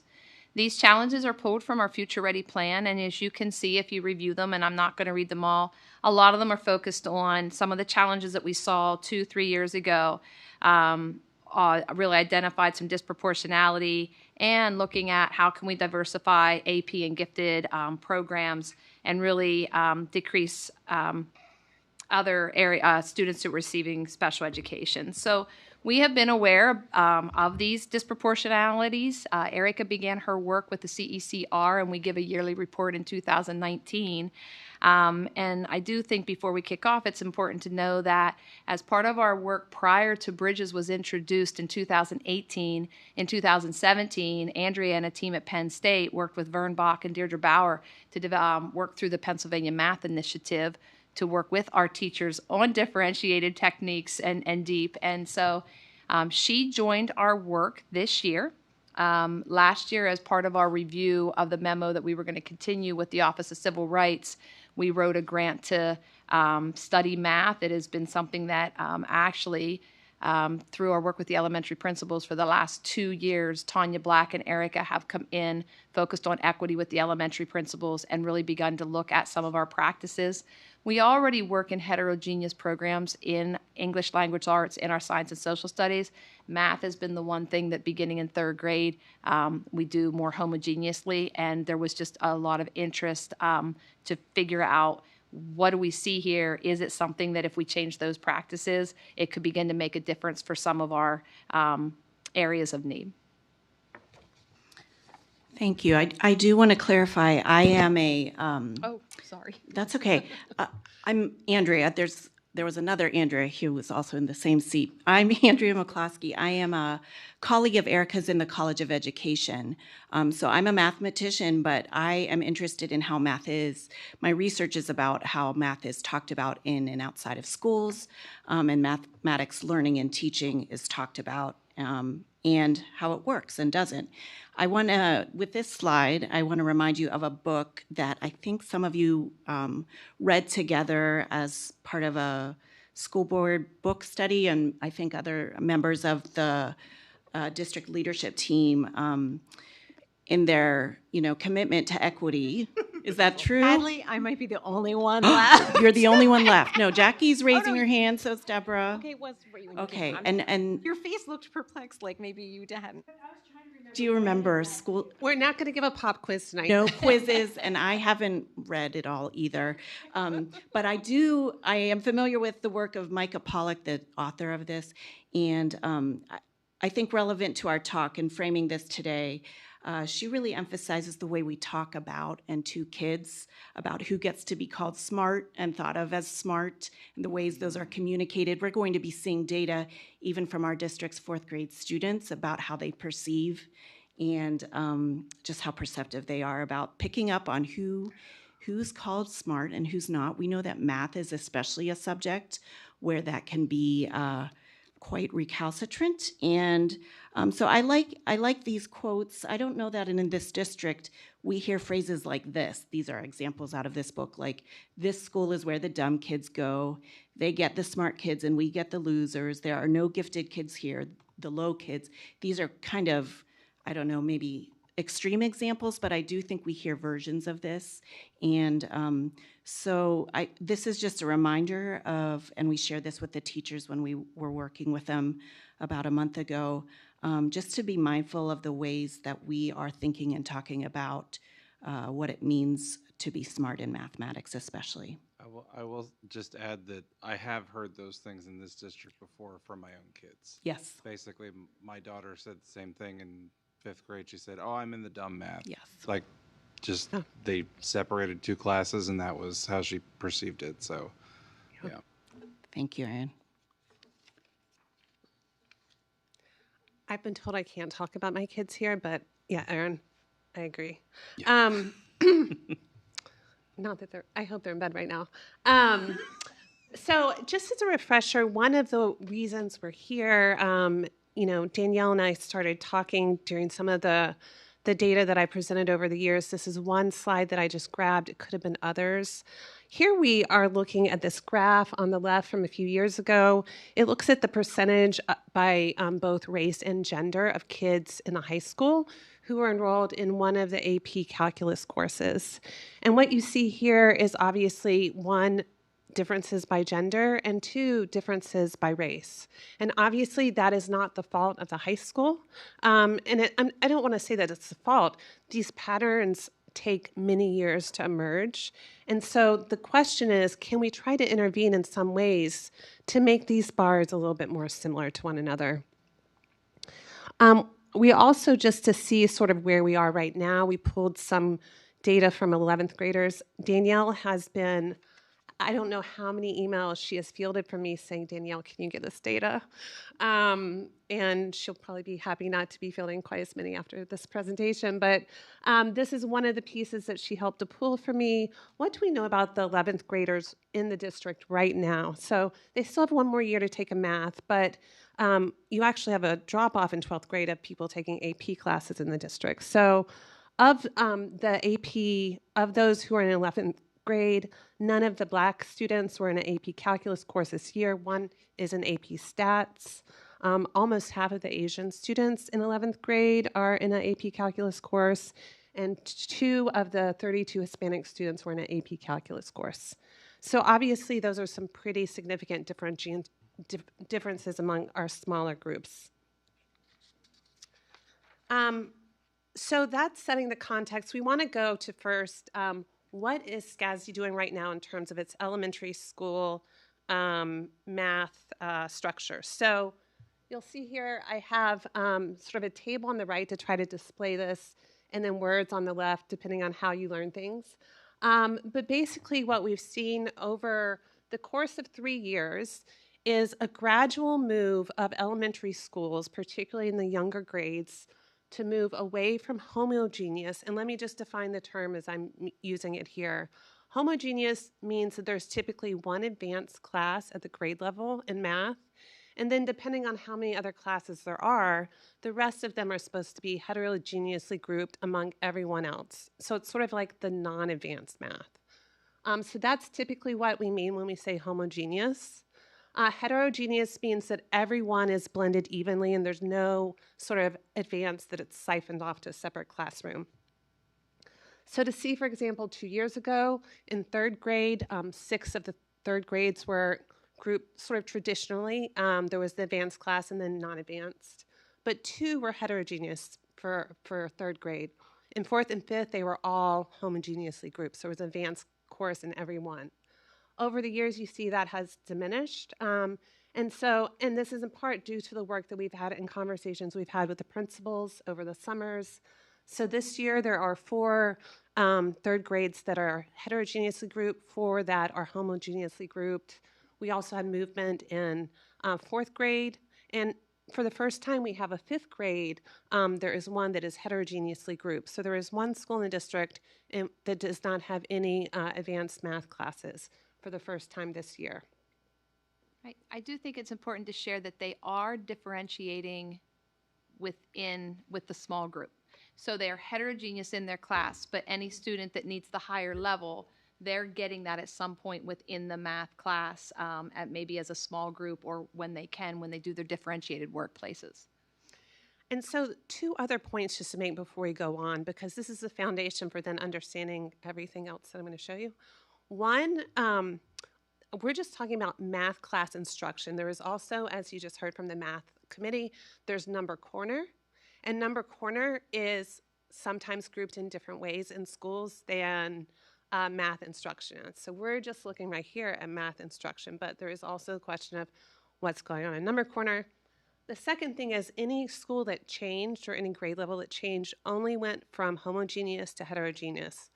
Thus far, in the last few years, none have gone from heterogeneous back to homogeneous. So then I wanted to understand how are they making the decisions where they do divide up students in these classes. How do they make those decisions, and is it equitably made across all schools? The answer, again, is it really depends based on what school you're in. And so you see variations on how the placement decisions are made, what kind of data is being made. There's also questions about, or differences rather, in terms of how these staffing the schools are doing. Some of this may be the fact that there are just 2 math classes per grade level because it's a smaller school. Some of them in bigger schools, you have up to 4 math classes in a given grade. So you see quite a bit of variation. And so a child who is scoring in certain ways at one school might be classified as advanced in one school and would go to another school in part because of the numbers and the decisions they made about grouping might not be, were they advanced? They would be the opposite at a different school. So there's a fair amount of evaluation or changes. Some of them changed between each of the units. So there are changes being made like roughly every month, and some basically maybe they look every time you have a map. Some say that they stick the entire year. So it really does vary. And then the last place to think about what this looks like and how it varies is the fact that we see across the 8 elementary schools, and this was a couple of years ago when all 5th grade was grouped, you see different percentages of students are in advanced math. So school A on the left, school A, B, and C actually, in the first year I'm showing this, they have, over 50% of their students are in advanced math. You see school F and G, they have, school G, for example, has under 30%. And this doesn't necessarily map on to the PSSA scores, for example. I have obscured the names because I don't want to call out any school, but I'll say some of the schools that have the lowest percentages actually have really high test scores. So I think it doesn't necessarily map, and that, of course, is just one measure. So any questions about sort of what I've talked about thus far before we move on? Well, to your point then, is there consistency in what's, so this group of kids is getting advanced instruction, but I'm guessing there's not even consistency of what that looks like from building to building then? Like what's considered, well, I know we would have some kids with IEPs, right, that would maybe be accelerated in different ways, whether they may be grade skipping or other things, but if we have kids in the quote-unquote advanced group, is there any level of consistency in terms of what instruction they're receiving necessarily from building to building?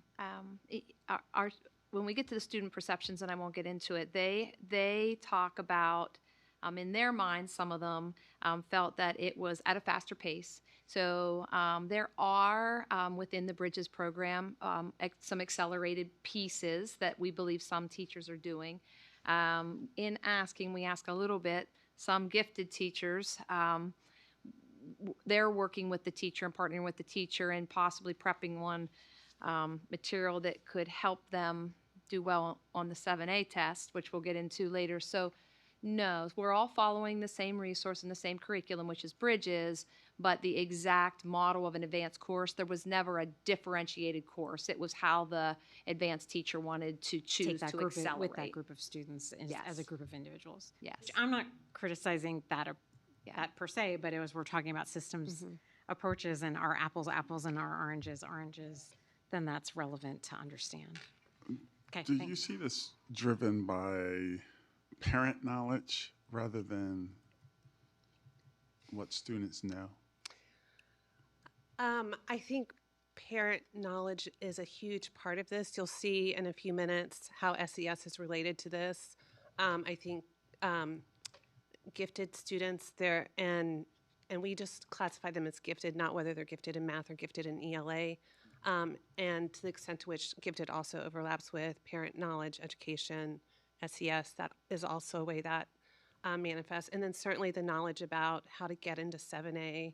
I mean, I've had, neighbors ask me, what do I know about this? I just got this email. What does this mean? They say you're in education. Certainly you can help us figure this out. So yes, I think there is, even though there have been some efforts, I know certainly when my child was in 5th grade, there was an email and an info session, I think, by Jonathan Klingeman to talk about the 7A screener. It is really mysterious, even for people who study education all the time.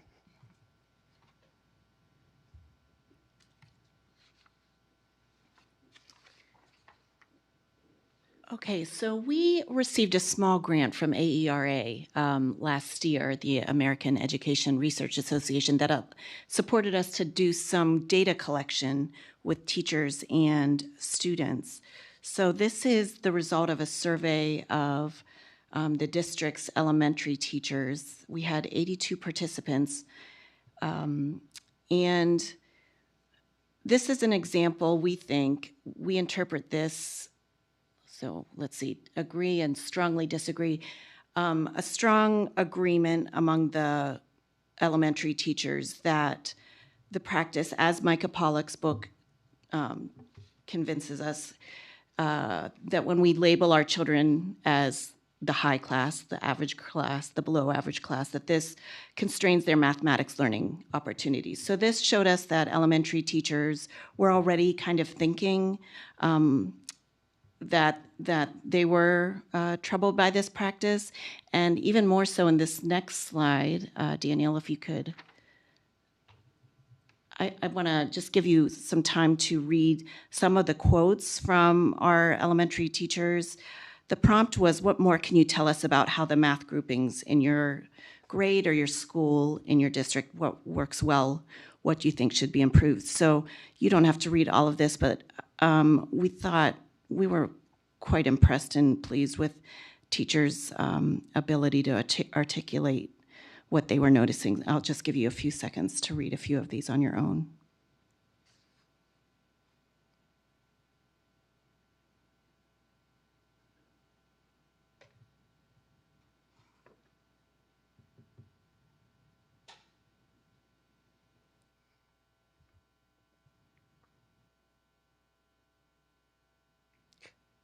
Just to the point, the question that CJ asked a few minutes ago about parents, certainly there is one point, there are actually a couple points about parents here. There were a lot of comments from teachers in both the survey and in the focus groups that Andrea and I conducted last spring with elementary school teachers, and we did with sixth grade teachers as well. A real feeling like parental pressure maybe is undermining their expertise as teachers. And so I think that's just something that's really important for us to keep in mind as well.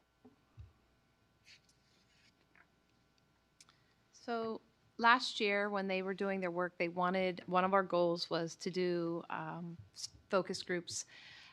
We chose fourth grade, just some of them would have experienced a homogeneous, some were experienced a heterogeneous. We tried to pick, and we started out actually, we were going to only interview 4 schools, and Eric and Jackie Saylor was with us. So again, our partnership with the curriculum, and said, hey, how can we do this? So we sent a survey out to parents, said, hey, you know, if you are willing to let your child be in this group, we will have an administrator or a school student with us. And what we got in 4 schools, we recognized we needed to know. We had so many common consistencies against all 4 original schools that we went back when we were telling the principals, and they were like, well, what about our school? And we decided to go ahead and do all 8. And the team, Eric and Andrea, asked me to write a reflection, and I would be more than willing to share it with anybody. I shared it with them just from it.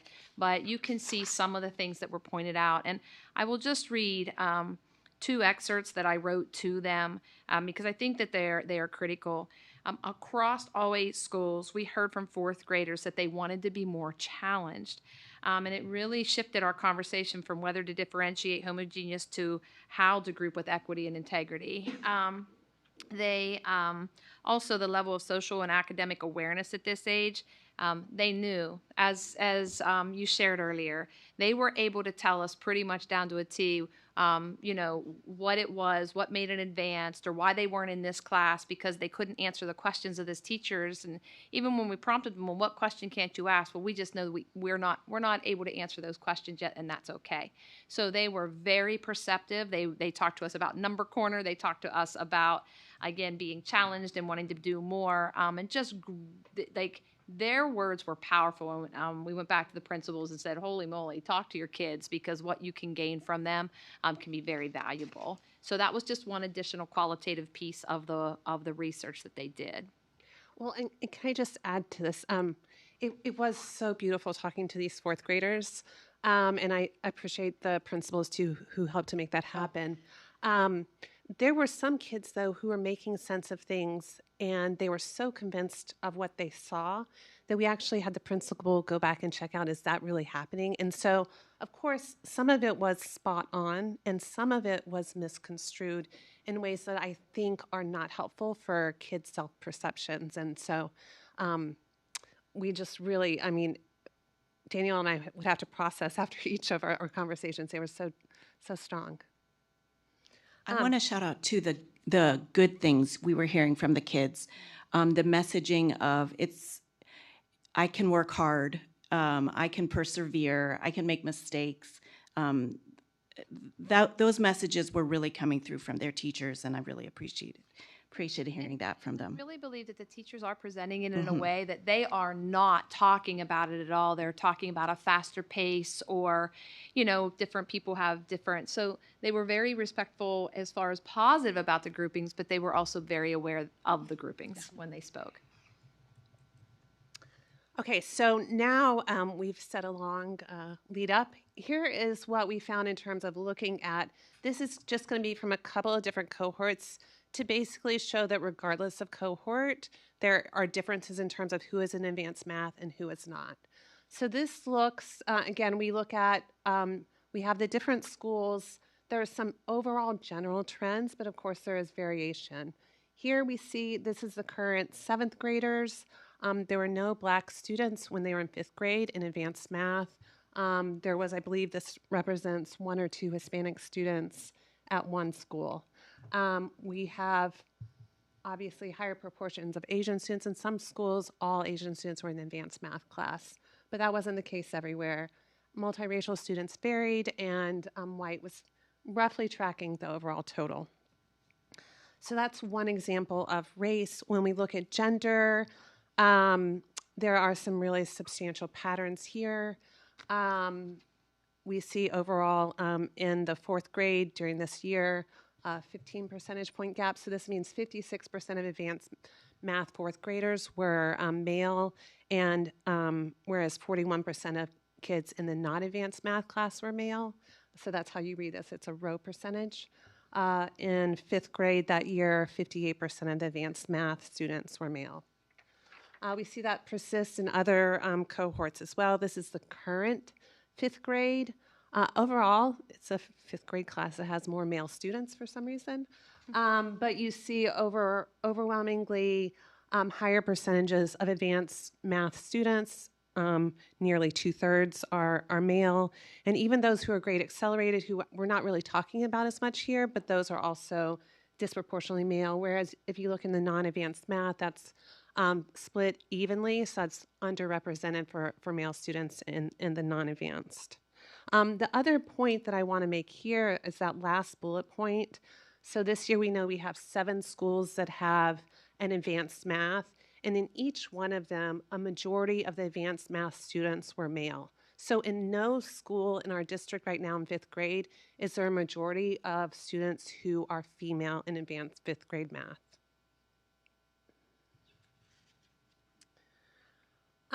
This is looking district-wide. This shows you this is a current 6th grade class. Again, some of the same patterns we see district-wide. This, for example, you will read like the Asian percentage. 50% of Asian students district-wide were in advanced math and 50% weren't. You see roughly about just over 30% were in advanced math this year. Low SES students are underrepresented in advanced math. Not low SES were sort of proportional or slightly above. Black students, again, are underrepresented. For this year, Hispanic students were overrepresented, so it really does vary. Obviously, very high percentages of gifted students in advanced math. And the other thing just to note is over 2/3 of students who were in advanced math in 5th grade were in advanced math in 4th grade. So these are pretty durable tracks. There is obviously movement, but pretty consistent between years. And then the last thing to look at for this is, what does this look like? Does this relate to performance? There are lots of ways you measure performance, and we had lots of discussions about what to show you. This is just one snapshot, and it's not the only one, But here you see the percentage of students in each school by advanced math or not advanced math, and whether they scored advanced on the PSSA. So for example, at School A, you see 50% of the kids in the advanced math section scored advanced on the PSSA that year. 0% of the students in the non-advanced math scored advanced that year. So it's a pretty stark demarcation.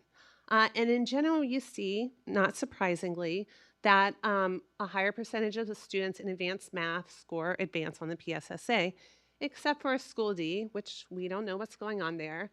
But the point I wanted to make is, and Danielle, you told me this last week and I already forgot it, there's a relatively low percentage of people statewide who score advanced on the PSSA. We, of course, have more students who are scoring advanced on the PSSA, but that's a pretty high marker. And yet we have 43 students in 5th grade who weren't in the advanced math, so they were performing high enough to get in the top you can get on PSSA, but they weren't getting access to advanced math instruction. And of those, 24 did not even take the 7A screener because, as we'll see, most students who take the 7A screener are in advanced math. So they're scoring really high in our state standardized testing, and they never even had the opportunity to get into 7A math in 6th grade because of, in part, their placement. Any questions on this? I actually just have one question. Is there evidence that there are some kids, and I think this evidence may show something like that there are some kids who, because of space issues, maybe can't get into an advanced, like they want to split the kids evenly, and therefore there are kids who like don't meet the cutoff? Yeah, so if there is just one class and there are, let's say there's 75 students Right. and that's 3 teachers, right? If they cut that off, the top 25 get it. Even if there are 50 kids that were advanced in 4th grade, either on MAP, I mean, we look at a lot of assessments, there are schools that cut that. We did have a school last year that did 2 advanced classes. We've never had any writing or processes in place to really determine, so schools are really making their own informed decisions from the data each year, but that is a definite. So if there's 3 teachers, how many can we take? It's not this many kids qualify and we're going to do 2. And that's the question of which of those kids are the ones who get left out. Right. Yeah. In one school, I think they would take the top 20 for the advanced math course, and in another school, they would take the top 25. So again, it could also relate just to how many sections they had in the overall load, but it varied. I know you had said it in a previous slide, but I don't remember, and I'm afraid to lose my spot. But how many of the schools regrouped for math each unit as opposed to just for the whole year? I want to say one school. It wasn't many. It's not. It's 1 or 2 schools that do unit. Some will relook at groupings after like the first trimester. There's always 1 or 2, I guess, shifts we would hear, like if, at like 1 or 2 students, but not all. But there is definitely 1 or 2 that is switching by unit this year. Right, and some also vary a little bit by grade level, just to make it a little more complicated. So I know you asked a very simple question. We're not giving you a simple answer. You're right. So it might just be one grade level that does by unit. That is a very good point. Yeah. Any other questions? Okay, so what are the implications of this? Not to say that there aren't severe implications from this. I just want to say I think there are really profound implications of this. We're talking about this implications for middle school. So I'm going to walk through this, and then when you have questions, I'm going to turn to Danielle and say, Danielle will answer all the questions. This is how you get into the most advanced math section in 6th grade, which, I'm sure a lot of people who haven't gone through that may not know what it is. There is a recommendation when a child is in 5th grade about whether they should take a 7A math screener. The 7A math screener, as I understand, is about a 15-minute test that is administered to some subset of the 5th graders. Typically, I believe in this district, teachers have recommended whether students should take the 7A screener. That typically seems to be mostly students who are in the advanced math class and mostly students who are gifted. And of course, those two can overlap. So we say last time we did this, 29% of fifth graders took the 7A screener. There were some changes a couple of years ago to try to identify whether the recommendations, parents can also request this. You may not know as a parent whether your child should take this or not, but parents do have the option to do this. A couple of years ago, there were concerns, are we missing students by this recommendation? Because the research literature shows that parents who may know are typically more advantaged, for example. So Danielle and I think Jonathan Klingeman and maybe some other folks started to look at data, say, do we have some students who are scoring really highly who haven't been recommended? And I think you went back in and you pulled some students, and I think some students actually took the 7A screener, and they eventually ended up in 7A. So it wasn't a ton of students, but there were some that were identified. I think that was 2 years ago, correct? Yeah, so 2 years, 3 years ago, I think, when did Jonathan leave? I think it was 2 years ago, and then last year we added more data. So we used MAP data, and anybody above the 95th percentile, there were certain students that weren't recommended but had that. So we had them go ahead and take it. We pulled them, went to the teachers and started to get perception data. And then last year, with the work of Andrew Ahern and Lori Brown, they are two gifted education teachers that really help oversee this. They began to pull more data for us. So they're pulling MAP, PSSA, Acadience, and trying to determine, sharing that data with the teachers now too, so they see it beforehand before recommendations are made. So at least everybody can see the consistent data. So you have to take this screener. So the step one, we have about 70% of students who automatically aren't even going to have the opportunity to get into 7A. Then step two is how you perform on the screener. You can have a couple of different options. One can be you performed really high, you're recommended for 7A in the fall. The second is you have summer prep, which is optional, and if you want to do it, you can then test again, and if you get high enough, you can get in. So there are a couple ways in. You need to take the screener, how you do on it, and then you can potentially get placed into 7A math. The other options for math, the typical ones for sixth graders, are 6A math, which is sort of an advanced sixth grade, and then regular math 6.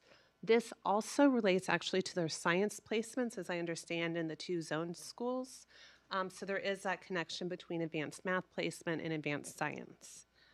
Danielle, did I leave anything out? I don't think so. Okay, so that is important to know for when we get to the next slide. There's a lot of stuff on this. This was the current sixth grade class. So if you see on the left side, I put bullets about who did and didn't take the 7A screener. There are 140 students who took it. I've listed in the different demographics the number and percentages of students who took the screener. So we saw, for example, none of the Black students last year took the screener. 8% of the low SES students took the screener. Those are two that I'll just highlight. And then we see on the right the final placement. So again, this is based on whether they actually took it and then also how they performed. And again, you see really disproportionate placement in terms of who is in the different advanced options.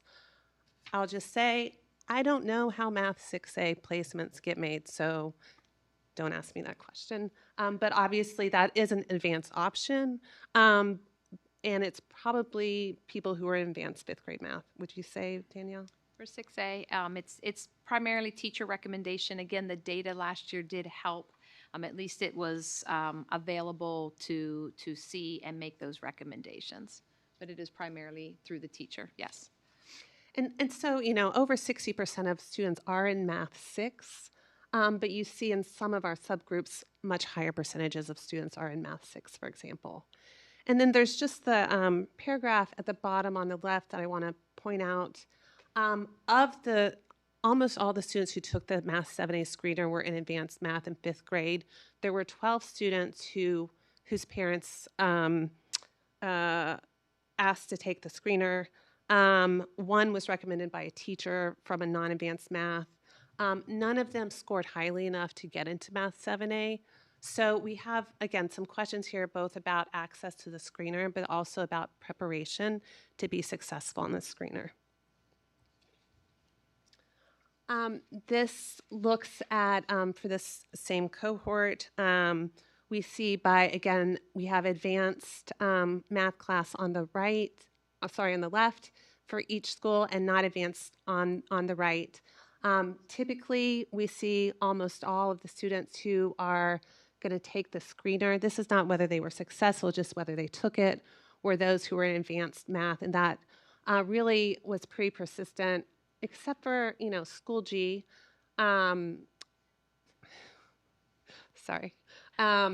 Across the different elementary schools. So really consistent. If you took it, you are likely to be in advanced math. And then this was the placements for that class. So again, the red bar is you were placed into Math 7A. The blue bar, you were in Math 6A, and green, you were in Math 6. What we see here in some schools, like School A, really clear divide. If you're in the advanced math class, you were in either 6A or 7A math. If you were in the non-advanced, you were in Math 6, and there was no mix. And you see it gets more mixed in some of the other schools. In particular, School F, for example, you see a real distribution, for example, among the students who were in the advanced math class. You see in School G a higher percentage of students in the non-advanced who were in Math 6A. That's a fairly high-performing school. So overall, there's some variation, but pretty consistent in terms of access to advanced 6th grade math. It really depends on what you were in 5th grade. And then just the last point to make, again, this doesn't necessarily map to their PSSA performance. Would point out, for example, there are 34 students in Math 6 who scored advanced on the PSSA here. And then you have a couple of people in Math 6A and Math 7A who didn't perform very well in the PSSAs. This is obviously just one point in time, but not exactly one-to-one correlation with all the metrics that we're looking at here. Jen, did you have a question? Yes. Yeah. Is there a reason why we wouldn't want to give the 7A screener to everyone? Well, you just previewed one of our recommendations. Thank you. So Danielle was mentioning a minute ago the work that she'd done with Lori and Andrew Ahorn to try to develop a model to try to predict who might be more successful in Math 7A. And so this has determined the model. So it's using these different metrics they have. We looked right now, if we just use the model, in addition, potentially, we would have recommendations. But if we just use the model, right now, almost 70% of the people who'd be recommended for the 7A screener are male. As someone who is good at math, I don't love that. We also see that it overwhelmingly didn't really get any of the students who were in the non-advanced math. So even with trying to do this sort of more reason-based approach, still some concerns about what that would get us.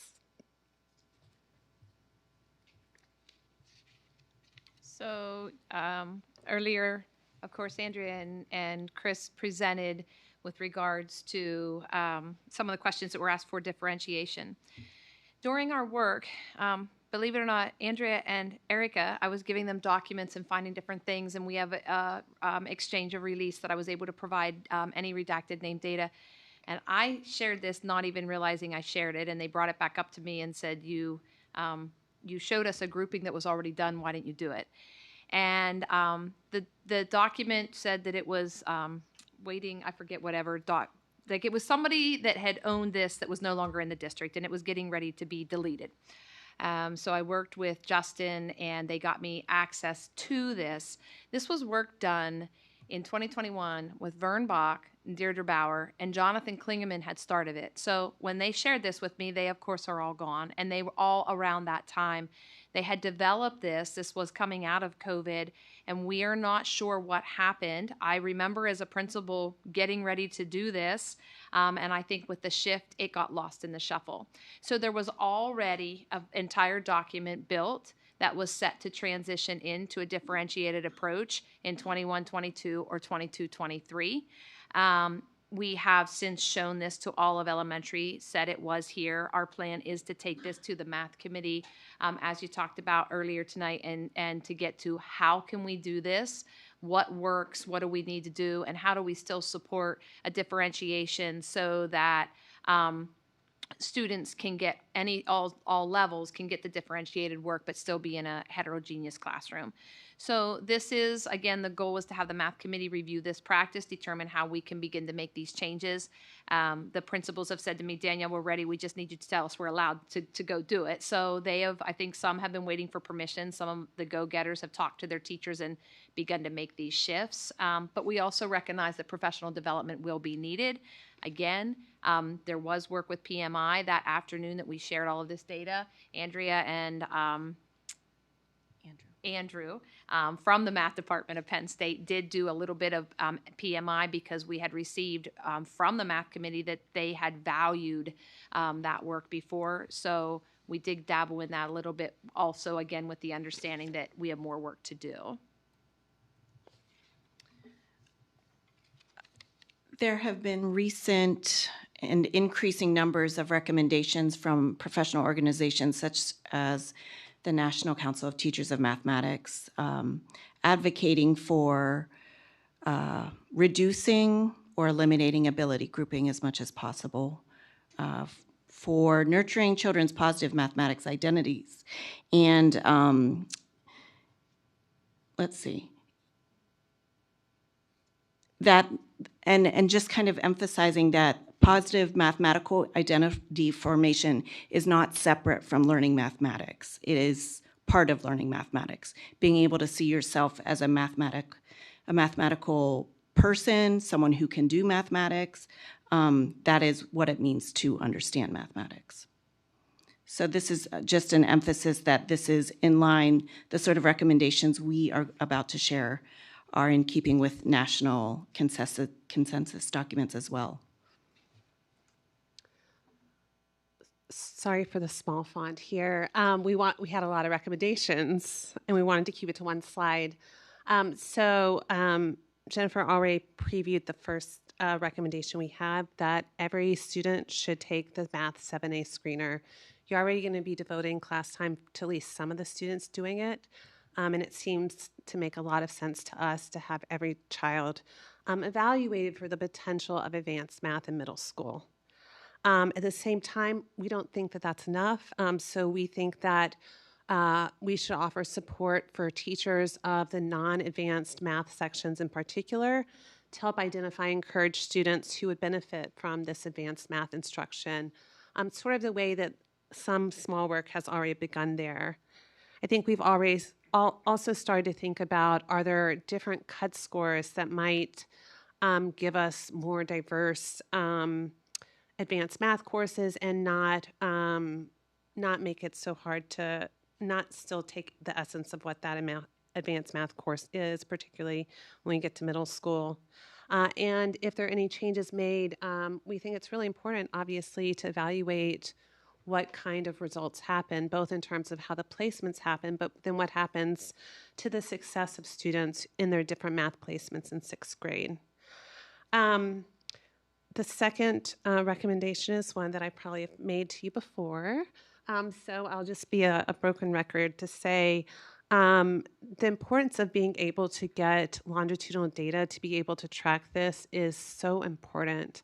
Your teachers and principals are trying to make these decisions about structuring and grouping, and they only have the data they have access to. We only have the data we can have access to for a couple of years, so some of the questions that I really wanted to show you, we just really didn't have the ability to pull them because the data systems have been changing so much. I think it's so important to be able to pull this data, to be able to understand this longitudinally, because this is a longitudinal thing. It builds upon each other. I think we can also think about how to support teachers in making better use and understanding the data. And I think, even having an internal data analyst to be able to help support this work would be really helpful. Third, we think that the policies and practices for grouping and the placement should be transparent at the very least and consistent across all the schools. So if they're going to persist, being much clearer so parents understand it, understand how it might be different, whether it's different across schools, and understand why. I think this is really important, quite frankly, to help support the teachers too, so that they don't have to be the ones who have parents who are upset about the kind of decisions that are being made, and ultimately parents concerned about what that means for their children's opportunity, because we all want the best for our children. And last, as we've previewed, we think that more teacher professional development time would be really important. We're hoping certainly that we can think about ways of reinvigorating PMI that Andrea used to lead a few years ago, and a lot of teachers, just raved about in the survey we did. It was really transformational. So we hope that more can be done, and perhaps even thinking about how to make it part of the academic calendar year. Last, I'll just say we're trying to continue to get additional resources to support this work. And so we've been invited to submit a full proposal to external funding agency next month. And we would love the board to consider also writing a letter of support to get additional resources to be able to study and to help build capacity for whatever kind of changes will go forward. And with that, we'll take any other questions you have. Right here. Right, Jesse? Yeah, just looking at your data, it's obvious that I think the first recommendation is very obvious to me, and I respect you for making it. And it's kind of obvious that there must be people here who are falling through the cracks who would benefit more from advanced math education. And I just want to make an observation. My professional life was in the computer science / applied math community. And on gender equity, there's a gap in almost every country that I know of, but it's a lot less in some countries than others. There was a group I used to visit in Italy, which was like 80% women. The gap is significantly less in most European countries than it is in the United States. And a lot of the women graduate students I noticed that we would get were from foreign countries. It was not, and I just wonder if there's not something in our education system or our culture that's discouraging this. And I don't know there's nothing I can put my finger on. That's all. I've been asking myself this question for many years. So I kind of wonder if there isn't some of that going on here as well. People who are not, girls are not being encouraged by their parents to take this exam. Well, I don't want to solely blame the parents because they haven't been in advanced math. So they may not even know that, I should still ask my child to give this a try.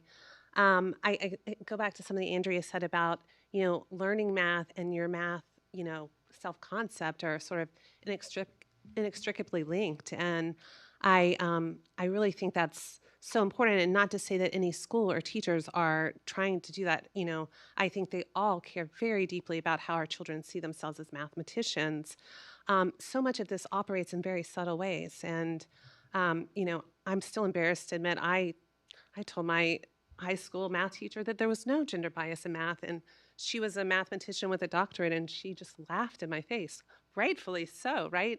But they had done such a good job of convincing me that, we were the best at math. And I really think back fondly to my math teachers and think how they did that in a society in which there are these huge gaps in STEM and who we see in math and things like that.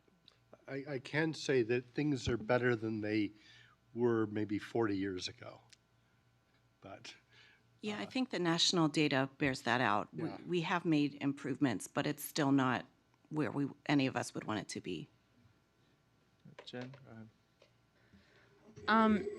So as far as recommendations, whenever I looked at the one graph, the transition plan work that had been unearthed, I guess that made me think that that was in part a recommendation to move to no regrouping. But based on your recommendations, it doesn't specifically state that, but just looking more as a teacher, that knowing the amount of differentiation that I would need to do would, I mean, it would be doable, but it's something that if you told me we're going from grouping to no grouping, it would be frightening, especially if I was a gifted education teacher and trying to make sure that the needs of my gifted students were met. How do we go? Where do we go from here for that? Sure, and I think that's one of the reasons that it was a 3-year plan, beginning with 3rd grade. We recognize we can't say tomorrow, hey, next year we're not grouping anymore. It has to be a well-planned process. We have to have, Michelle Hammersley has been joining our meetings, Heather Spots has been joining our meetings, so we are trying, as we continue to work on this research of how will this work, because we don't want our gifted students to fall behind either. So there has to be a plan, to provide them opportunities. And we also have to do it with people. So there is a current math committee, as Chris shared, and we'd really like to take it back to them. Overwhelmingly, when we presented this and we said we have worked so hard, and I have been nervous for a long time to share the data, but CJ led the charge last year at the beginning in service and really talked about this, and they keep saying, so what do we need to do?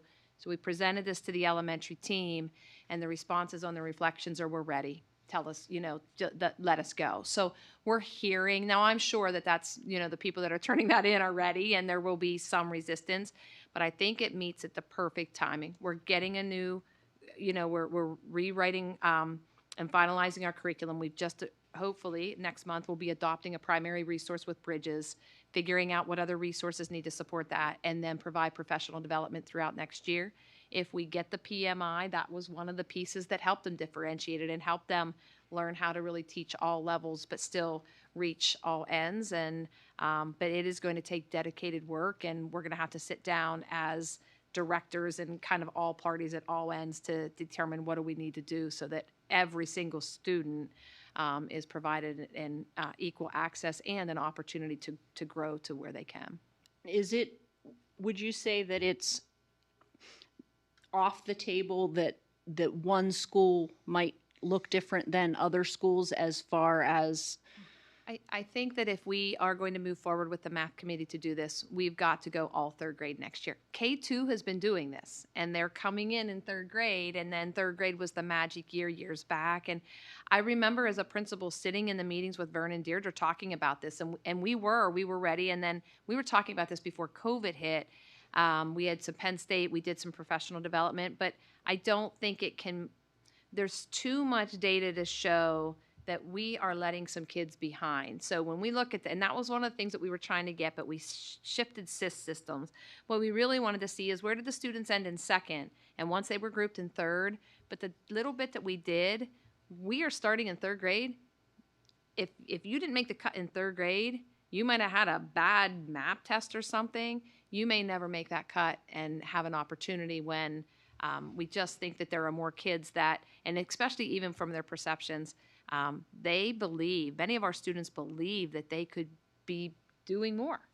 It was just so enlightening to me. It wasn't that math was hard. It was like, we want to do more, we want to learn more, and our teachers are challenging us to do that. Jen, I would just add 2 other points. One is we have consistently heard not a questioning of whether we should or not, it's a question of how to do it. And so I really think the figuring out the how, which in education policy, the implementation is always the hardest part, but really thinking about how to do it. And I think the second point we heard a lot in our discussions with teachers it's really hard when different schools are doing different things. And the fact that there are 4 that are doing heterogeneous and there are 4 that are not, I think that really makes it hard again on the teachers. And I to some extent, I think doing it across the board will hopefully make teachers not have to at least have to answer for that question. Thank you. Yeah, Deb. Thanks for the presentation. It was really illuminating for sure. I have, I guess, 2 questions / comments. One is just a little bit of a devil's advocate sort of question. I kind of leave it up to the education professionals as to, the right way to go for homogeneous versus heterogeneous grouping. I'm very supportive if we think that we need to go to the heterogeneous grouping, but I'm just thinking about the comments that the kids made. And we would have to have differentiation in the class anyway. Like, these kids are going to catch on of the differentiation that goes in the classroom. And will that not have the same negative connotation as being in the advanced class versus the non? Like, I don't know. So that's a question Well, I Deb, have. to your question, in some of the focus groups we did, Danielle would ask the kids, like, are kids in your room doing different things? Like, to ask about, do you see differentiation? And they're like, oh no, we're all doing the same thing. And Okay. I just walked away with like marveling at the teachers, like somehow they have convinced the kids they are all doing the same thing. Right. Even though Even though they're clearly differentiation is not. clearly going Okay. on. Yeah. Well, that's encouraging. And I would say, I know, former Title I teacher, I know those students sometimes by the time they get to 3rd and 4th grade realize that they need a little bit more help in reading and what supports. But I will say our teachers do a phenomenal job in English language arts in differentiation, that they're doing a small group and different students are doing different things. And I'm not sure that they really are aware. I mean, I'm sure you're always going to have a few that think, oh, my book is probably, more difficult, but our teachers have done a really nice job with that. And our data in ELA is significantly stronger than our math. And I can't prove that is the Right. why, but for some reason, our trajectory on the PSSA is we seem to lose a little bit of ground each year. And I will tell you, we are really looking hard at the MAP data in the groups where we're heterogeneous compared to homogeneous to make sure that they're growing. And we have some principals calling saying, you need to see this because these kids grew more. And so people are invested in it too. But I think it's the way we talk to them is going to be important. And again, the professional development is going to be key. Yeah, that's encouraging. My second question, just briefly, is I like the idea of giving the screener to everybody. Obviously, you wouldn't call it a 7A. I wouldn't call it a 7A screener. I would just call it a math screener. We're just going to think about what math class you're going to be recommended for next year and whatever. But again, I leave that to the professionals. But I do want to remind all of us that I want to have equal access to the 7A class, but the 7A class is not the end-all be-all, because 7A, or now this advanced pre-algebra in grade 6, like that leads to taking calculus as a junior. And I've talked to at least one math teacher in the high school who felt like that would be a level of acceleration that might actually harm some kids in college because they'd be better off taking calculus as a senior. So access to 6A in some ways, or 6A or 7A, is maybe, to me, more important than just that 7A on a pedestal.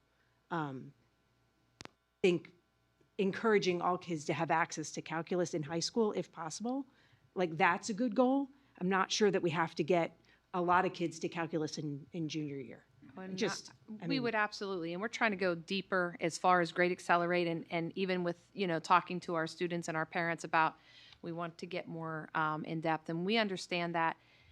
The other thing, the newest screener, if kids don't know how to answer the first 3, they're given permission to stop, because we don't want to frustrate anybody either. So it's not something that we are going to require them to try.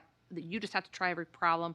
Andrew, Lori, they designed it. They designed it in a way that is even a quicker screener than the current one, to say, do they meet some readiness, 6th grade readiness, and just give us an idea and a better idea of making sure that we're we're grabbing the right students, and hopefully allowing that to help us with the 6A as well, to determine are we getting that right too as far as those recommendations. Yeah, I mean, if it's going to be given to every student, it might need to be revised a little bit Yeah. so that it's a better predictor for the 6A Yeah.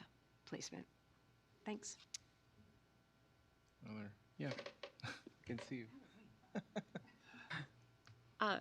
Thank you for doing this. This is fantastic. Like, this is really great to see.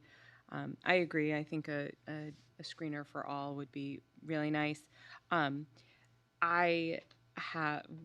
were talking about where the like mindset comes from when it comes to math, and we see it. Like, with our kids going through math, one year they love math, the next year they hate math, and they're not good at math, and like, and so you see that like build up, breakdown, build up, breakdown.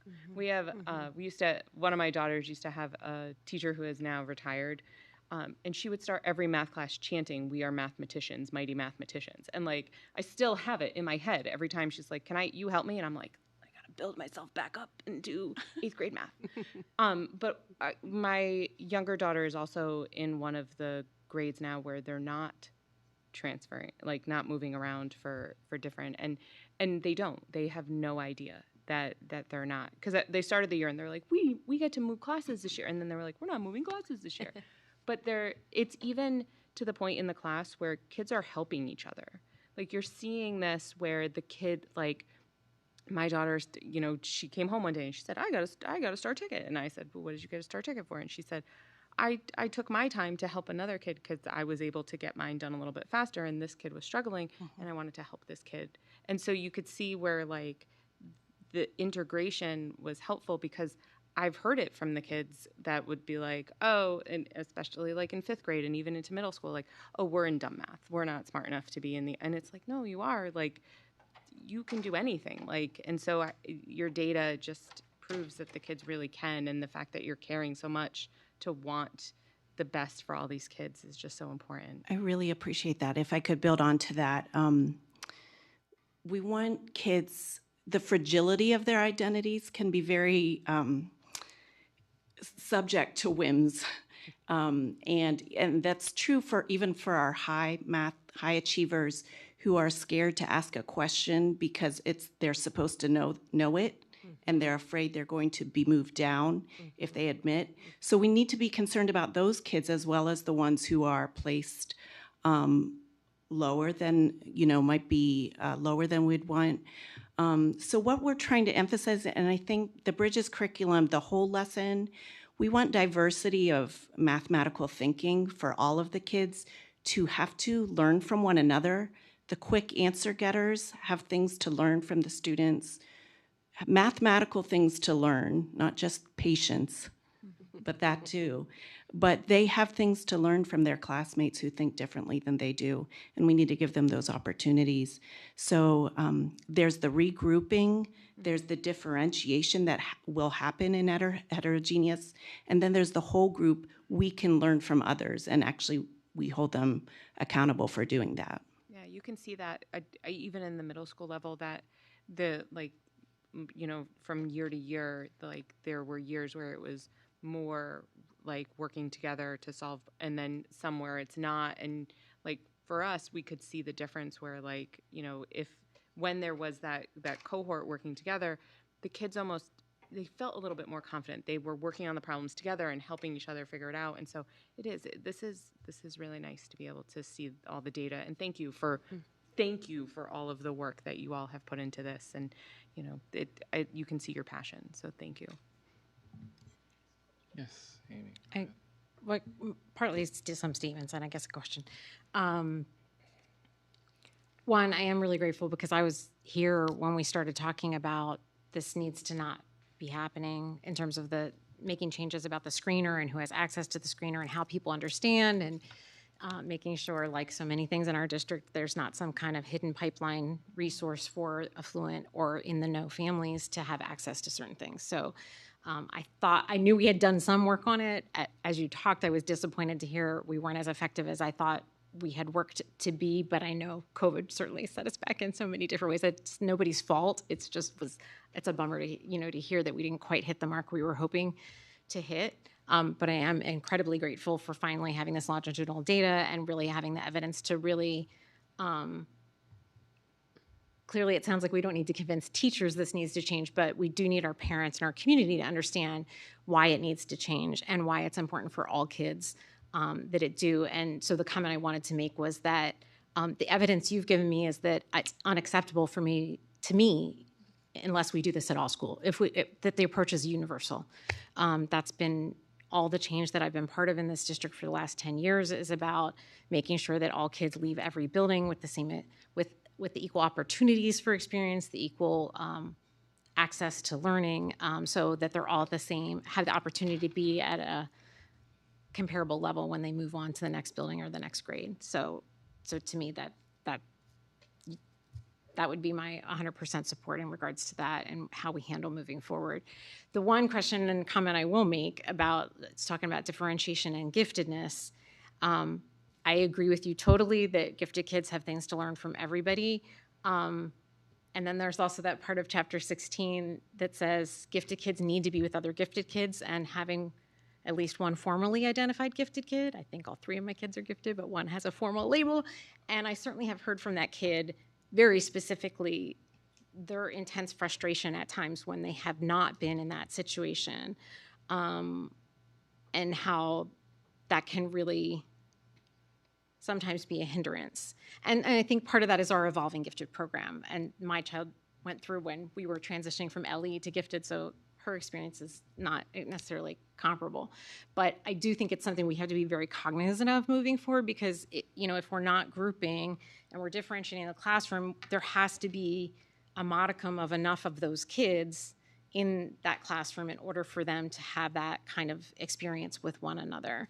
So it's just something I wanted to call attention to at that end of the spectrum as well. And I'm sensitive to the idea of, like, if a gifted teacher's always the one coming in to work with them, that starts to call attention to different things. And I know staffing becomes an issue as we try to ameliorate those things. So I know it's not as simple as just saying, hey, make sure. But I do think, we have to keep that in mind as well. It sounded like you wanted to respond to that. Yeah, so I am calling her Michelle, but Dr. Hammersley Quick has definitely been, she has both sides on me. So she's talked to me about the heterogeneous 5th grade and the extra, the work that gifted teacher is having to look at more and talking to those people, and can we do this group, and so we are looking at that too. And absolutely, that's, again, we want everybody to make at least a year's growth in their work, all students. And so she has been part of those meetings to remind us. And the gifted teams have said that too, like, what is our plan to really support them? And we can't let them out. They're the other side of that triangle. Yeah, and I actually think this is an immensely wonderful opportunity to, frankly, reframe the way this district approaches giftedness when it comes to math, because my experience was if you're gifted, you just go super fast. And I don't know that that's the right answer. That's not what giftedness necessarily means. How can we go to me? Higher depth of knowledge. Yeah, so it's, applicability, fields, areas of application. There's so many other ways to approach giftedness in a subject matter. So, so I hope that's an opportunity for growth in that area. And then the very last quick thing I will say is that if we want to ask ourselves, why are girls not in math? I don't think our question is, are they being told they're not good at math? Our society tells girls what they should do before they're even 5, who they should be, the kinds of behaviors they should manifest, that girls should be involved in caring, girls should be involved in emotional labor, girls should be doing X, Y, and Z. And so it's not always what you're being told not to do, it's being told who you're supposed to be and do. And if that doesn't fit the societal definition of a mathematician, then girls aren't going to believe that that's what they should be. So there's a bigger picture about what we talk to girls about, not just parents and teachers, but it's what they experience in our greater society and what they see, what they hear. And I could go on and on. So thank you for listening. I want to say, I think you hit the nail on the head.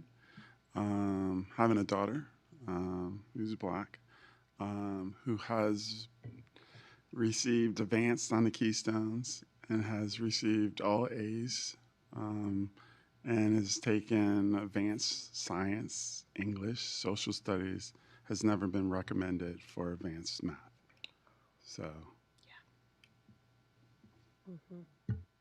Yes, Ian, go ahead.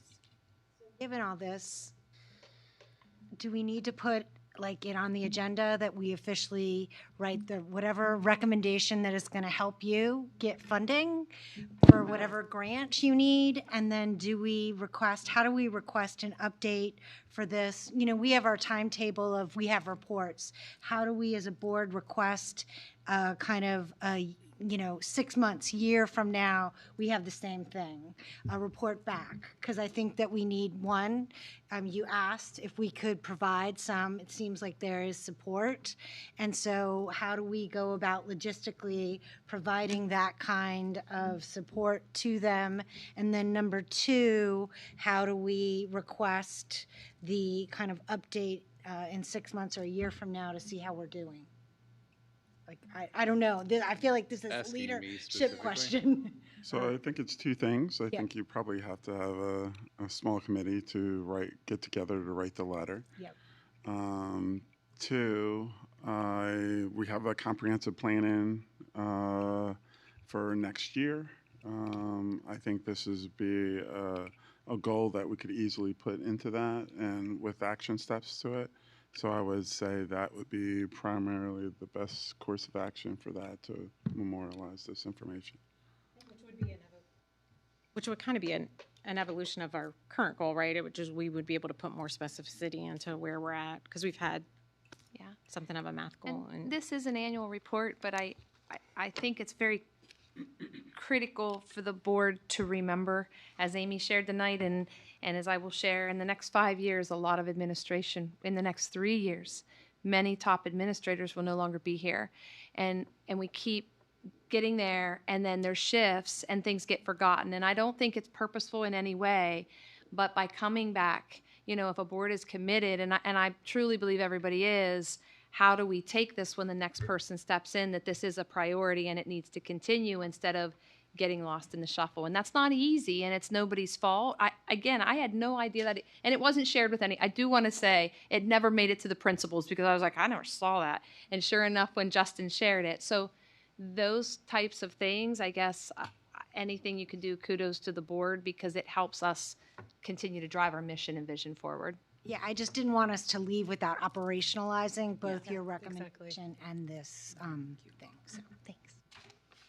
All right. I have some comments, but I'm going to email them to you. So Amazing. That's right. All right. Thank you for joining us. Next on our agenda, we're going to be joined by Drs. Bucher and Downs. They're here to provide us with an update on the Wright program housed on the North Campus. Welcome, John. We got you in on Monday night, so we can get to Tuesday morning.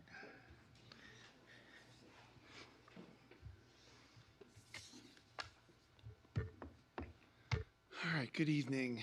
We wanted to provide an update on the Wright program, which is housed at the North Campus. Historically, the Wright program serves as our district's alternative education for disruptive youth program. But in a positive note, in recent years, we've noticed that we've experienced a decrease in the need for the placement of students using this traditional AEDY program. So I'm going to turn it to John Downs to share a little bit about why we'd like to rebrand internally this program and utilize it for broader uses. Yeah, thank you. Thanks for having me tonight. So we're reframing this, kind of aligns with the previous presentation. We tried to open up opportunities for students. As you know, education has changed in the last several years. Specifically, we see a lot of kids that are enrolling in our virtual academy. Recently opened an IOP program for secondary students that you're aware of. And so we're seeing opportunities for students that we can help out that in the previous framework of how the Wright program was set up didn't really allow us to do that. based upon the restrictions we had for how kids were referred to that opportunity. And so we just thought reframing this and potentially rebranding this could provide opportunities for our students that we otherwise didn't have previously, based upon the current need for students in our district. So I kind of use a couple examples of those. If students want to go to the virtual academy as a secondary student, we have nowhere for them to go in person. And so that's a problem for some of our students and some of our families, knowing that they're not going to do as well independently at home as they would if they had some support from some of our adults. The IOP program is a great opportunity for some of our students are experiencing. That just opened up about a month ago with the start of the new semester. But the challenge of that is scheduling and making sure kids are still getting their academics. But we know that academics are kind of the second priority for some of these students. Then that's why they're enrolled in the IOP program. And so we're finding that this could be a benefit to those students as well. Students transitioning out of placements can be a challenge, coming back to, depending on the timing, coming back to their home schools to get their academic supports. And so some of those students could also benefit from this. And so those are like just a couple examples of how we're planning to use this in a more efficient and effective way than we have historically. So happy to answer any questions about that. Yeah, so along those lines, we would like to rebrand this because my other role with the district is somewhat marketing with Delta, and the name has a lot of impact on people. Wright's been around longer than I've been around for, probably since the mid-90s, I believe, but it has a stigma with it, right? That's for kids that are in trouble. And so if we are going to go down this road and utilize this the best way we can, we probably would have to rename it. And so to help kind of eliminate that stigma that exists. But we wouldn't do that until we got the approval and blessing from the board. Go ahead, Ann. Are we going to get feedback from the students on how, like, what the rebrand, like, what would be compelling to them? Like, I'm sorry.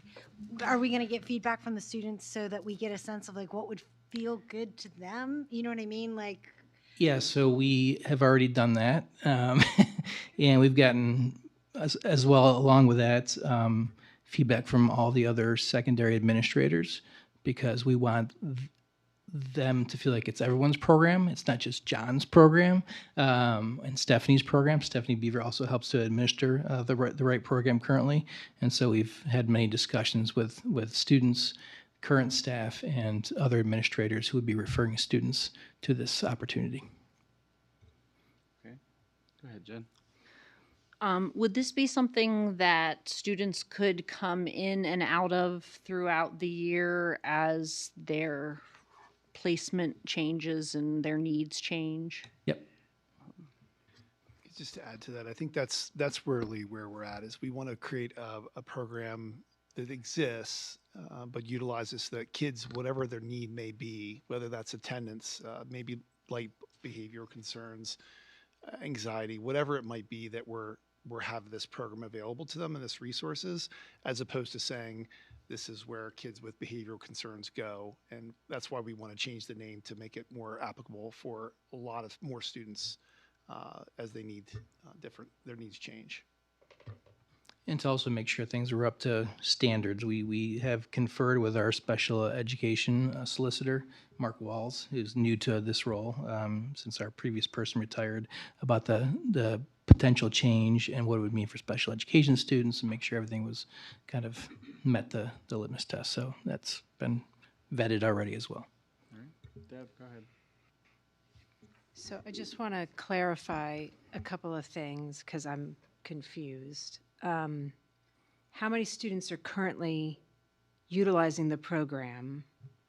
And of those, how many are what we would consider right students? And are there students currently using the program in the way that you're suggesting, and you want to grow it, or is it? I just don't understand.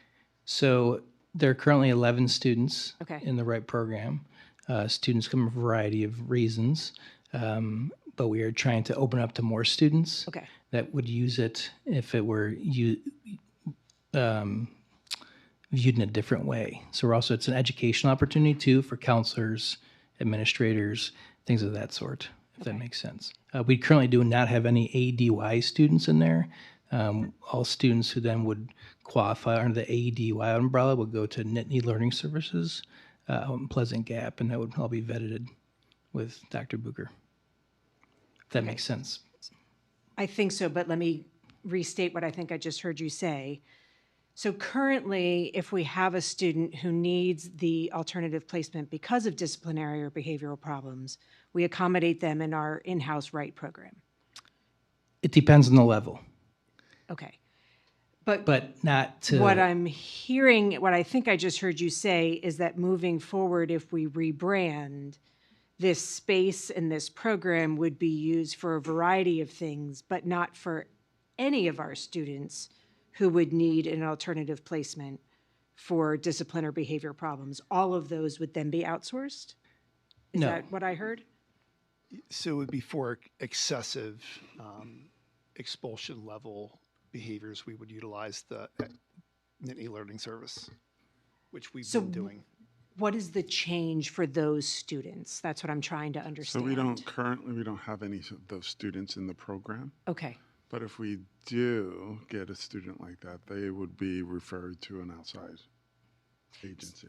So the current students in the program, again, are The who? current students are just students that prefer this type of program. It could be attendance issues, it could be minor disciplinary issues, it could be kids that are just... Anxiety. We need some kind of definition, because honestly, I can't say that I could give a definition of, like, what's the legal, when does a student fall into a category that they are required to be in an alternative educational placement, and like what are there tier 1, 2, 3, like, so I think that's what I'm hearing from you, and I'm coming to have the same question as to, like, what is that bucket look like, and which students do we typically find ourselves having? Because I think, to your point, we rarely have some really high concern students, and sometimes those students have been placed, they have had outside of the district placements. So first, let me say that any student who's currently placed in the RIT program is part of, with parental kind of choice and signing off saying we agree to this placement. An ADY program is for students with weapons violations, drug possession violations, really drastic discipline violations that would, if needed, come to the board, go to superintendent hearing. So those are the drastic ones, and could be placed without parent consent based upon the significance of the discipline. So that's what AEDY, Alternative Ed for Disruptive Youth, has 7 to 8 categories of why kids are placed, but it's pretty much for the big 3. Possession, violence, So what I'm hearing, though, is the key difference is whether, from experience, parental consent and agreement is often been the difference in our case, whether we can require them to be there versus we request this would be good for your student as an alternative placement. Correct. But with the rebranding, then would we lose the capacity to keep AEDY cases in the district? Yes. So we would be losing that capacity within the district. We if have push already this. lost that capacity because we can't commingle. There's one room, we can't commingle. When we combine those rooms, we can't have AEY students and ADY students in the same room. So just... Can I translate? I think maybe, because... Yeah. So I think to clarify, just to boil it down from my perspective, is that we've been doing this. We're just trying to make it more appetizing so it doesn't have a negative connotation for students that might want to receive services that we can provide without them saying, I'm going to a place where it doesn't have a positive outlook. That's where we're looking to rebrand it to be more positive, to offer, say, it's just not for these types of kids. It's for, we can offer these services through this program where we don't be able to help them in a school traditionally. may I give an example? Just because I'm very familiar with what you're trying to do, and I think the rebranding of it would be amazing, because right now you have kids who are high anxiety kids who can't get to school for whatever reason, but they don't want to go where the kids that are in trouble go. And so that's what they see, that they see the right program, and they know that it's not just for the kids that misbehave, but really that's in their head. And so trying to make this something, I don't want to say more of a catch-all, because it's not a catch-all, but something that can help those kids get into school, for those kids that just for whatever reason can't get in there. I think you summed it up well. Okay.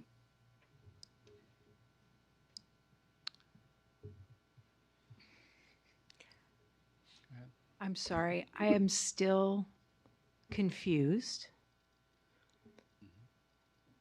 I think I've heard you say that for the more extreme cases, we are already outsourcing that. And you anticipated what was going to be another one of my questions, is like, can we mix the students? But I think what I'm hearing is that we do have some students with discipline or behavior issues in the program. Like we can meet some of the needs of those students. So but it's okay to mix those students with students that might just be wanting to go for anxiety or attendance problems. Yeah, because those students with like minor discipline issues Okay. wouldn't qualify for an AEDY program. Okay. And so some people think truancy, right? Sure. Truancy is a behavior issue. Not coming to school is a behavior. And so in the past, they didn't AEDY eliminate truancy as a reason to refer a kid to an AEDY program, because that didn't meet the litmus test compared to the other violations. But yes, so minor issues that students are having at school might need a respite from their home school. Mm-hmm. The principal and counselor can put a referral in for that student until get a reset. A variety of reasons the kids could come. But I think to Jen's point, a lot of kids, because it has to get buy-in from the students and the parent, with a stigma behind it, like it's where all just the bad kids go, that it eliminates kids from even considering it, which then we can't provide a service to them. Okay. And you said we currently have about 11 students. What is the capacity of the room? About 18 to 20. Okay. But with this way the programs come, we can have kids in the AM, kids in the PM. If we have secondary virtual academy students, they might need to only come in every 8 day in the morning. Okay. And so 20 kids at a time, right? So capacity over a day or a 2 day cycle is larger than that. Sure. Thank you. All right. So it sounds like the next steps is for this to come. Does the board need to approve this? That's like a change? No, or you're just. I don't think so. We wanted to inform found you it. of what we were looking to do, and that there would be a name change of Right to be more, what's the proposed Student Pathway Center. Pathway Center, to give kids those options.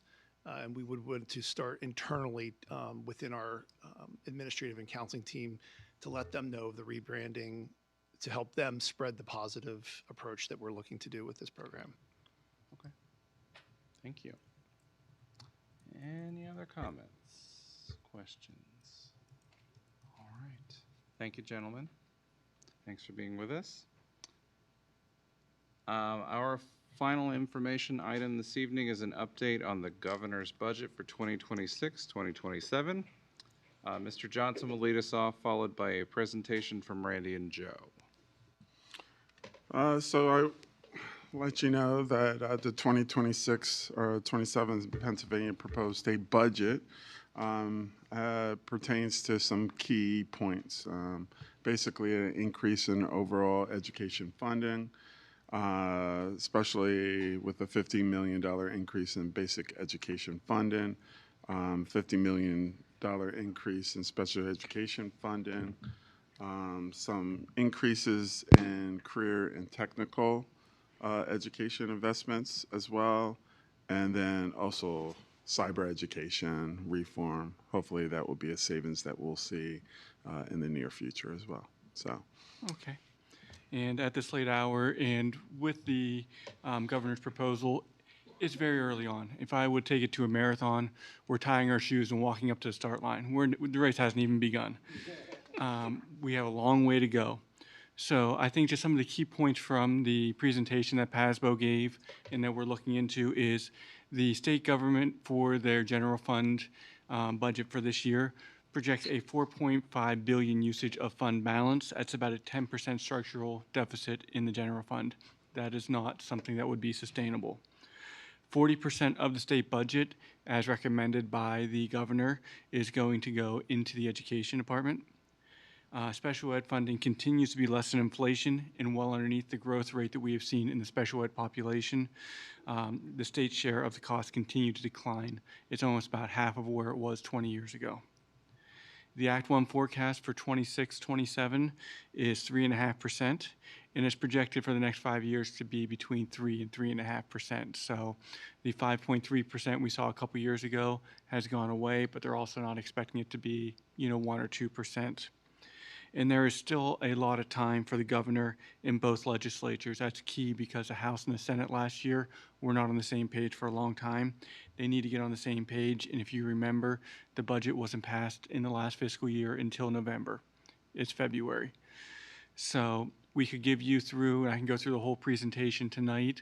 I think it's better used as a reference material because longer term, a lot of it's going to change. And what we ended up with last year was nothing near what we started today. But if anybody has any questions on these slides, I'd be happy to plug in and go into more detail with you. You go. So just to kind of put that all in context, it really means for our district, we are not going to see an increase. Like the increase that's been proposed is tiny, maybe $250,000. So, and generally speaking, the governor will propose a number and then the legislature walks it back. So just putting that on your radar. The other thing I've been told to expect is that because they've implemented cyber charter reform last year, they're not looking to change anything because they want to see how it plays out. So that's the other thing that I've been told, like from PSBA, is that we should not expect any further cyber charter or charter school reforms in this session. So good for adequacy funding for those districts that really need it. Like they did do some work there. But for us, I wouldn't expect to see much from the state in addition to what we got last year. Feel free to disagree with me, Joe and Randy. I do not disagree with you at all, but we'll wait to see what the legislature said because they changed it quite a bit too. And remind me, did they make changes in the cyber ed, special ed tuition funding? Did it get tiered? Only cyber charter schools. Cyber, right, okay. Yes. That's what I thought. Only cyber. Yeah, I just want to hammer on what you said about special ed. I think it was $50 million last year. I think it might have been $50 million the year before. Mm-hmm. That's, excuse my blankety blank French, I really want to say a lot of bad words right now. That's freaking peanuts. It's nothing. Even if our special ed population stayed static, the cost to care for and educate those students is constantly escalating. Our multi-disabled students need specialized equipment. They need, full-time aides. There's a variety of costs involved with that. As you said, not only is inflation continuing to inflate, we're still dealing with repercussions from tariffs, which have impacts on supplies for all those kinds of students, many of them. Their staffing requirements, healthcare costs continue to escalate, which impacts staffing. Not dealing with our special ed population in this nation is frankly, I say this every year at budget time, it's infuriating.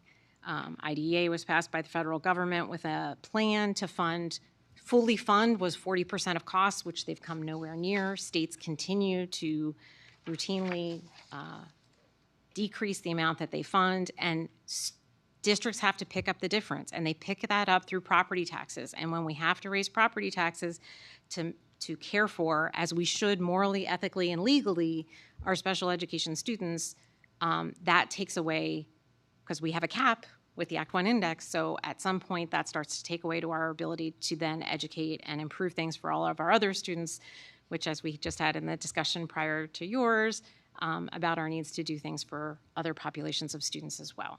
So I find it morally repugnant that our federal and state legislatures refuse to address appropriate funding for the education of special ed students.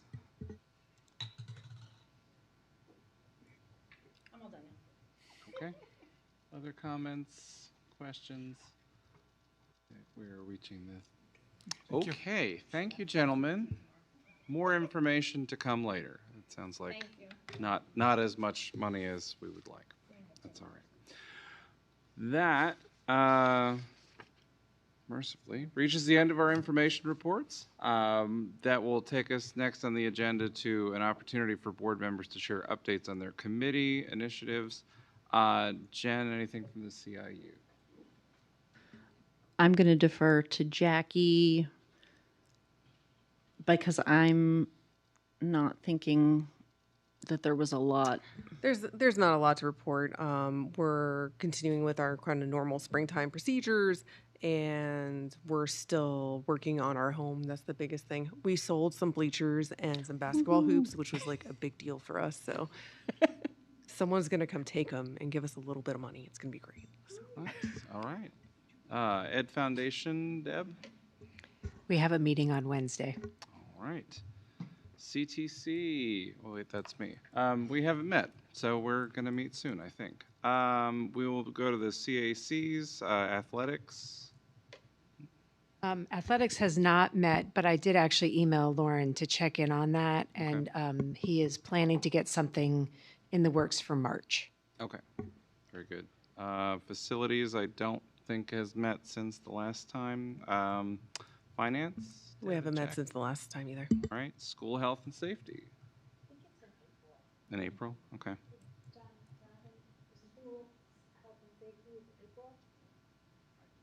Yeah, I can. It's spring. It's spring. We will not have snow. Close enough, yes. And technology, we're on a quarterly rotation, so I think we're a couple months away still. Okay. Thanks, everybody. That concludes our agenda for this evening. Looking ahead to future meetings, we have on February 17th, 2026, tomorrow, Policy Development Committee will be meeting here in the Panorama Village Boardroom at 10:30 a.m. On February 23rd, 2026, there will be a board work session on goals and priorities at 4 p.m. in the Panorama Village Boardroom. That is an in-person only. On February 24th, 2026, there will be a facilities committee meeting here in the Panorama Village Boardroom at 9 o'clock a.m. And on February 26, 2026, there will be a board work session at Delta with the Delta students. That takes place at noon. And again, for board members, that's an in-person only event. I would now like to adjourn the meeting of the State College Area School District Board of School Directors to a brief executive session. Have a good evening, everyone.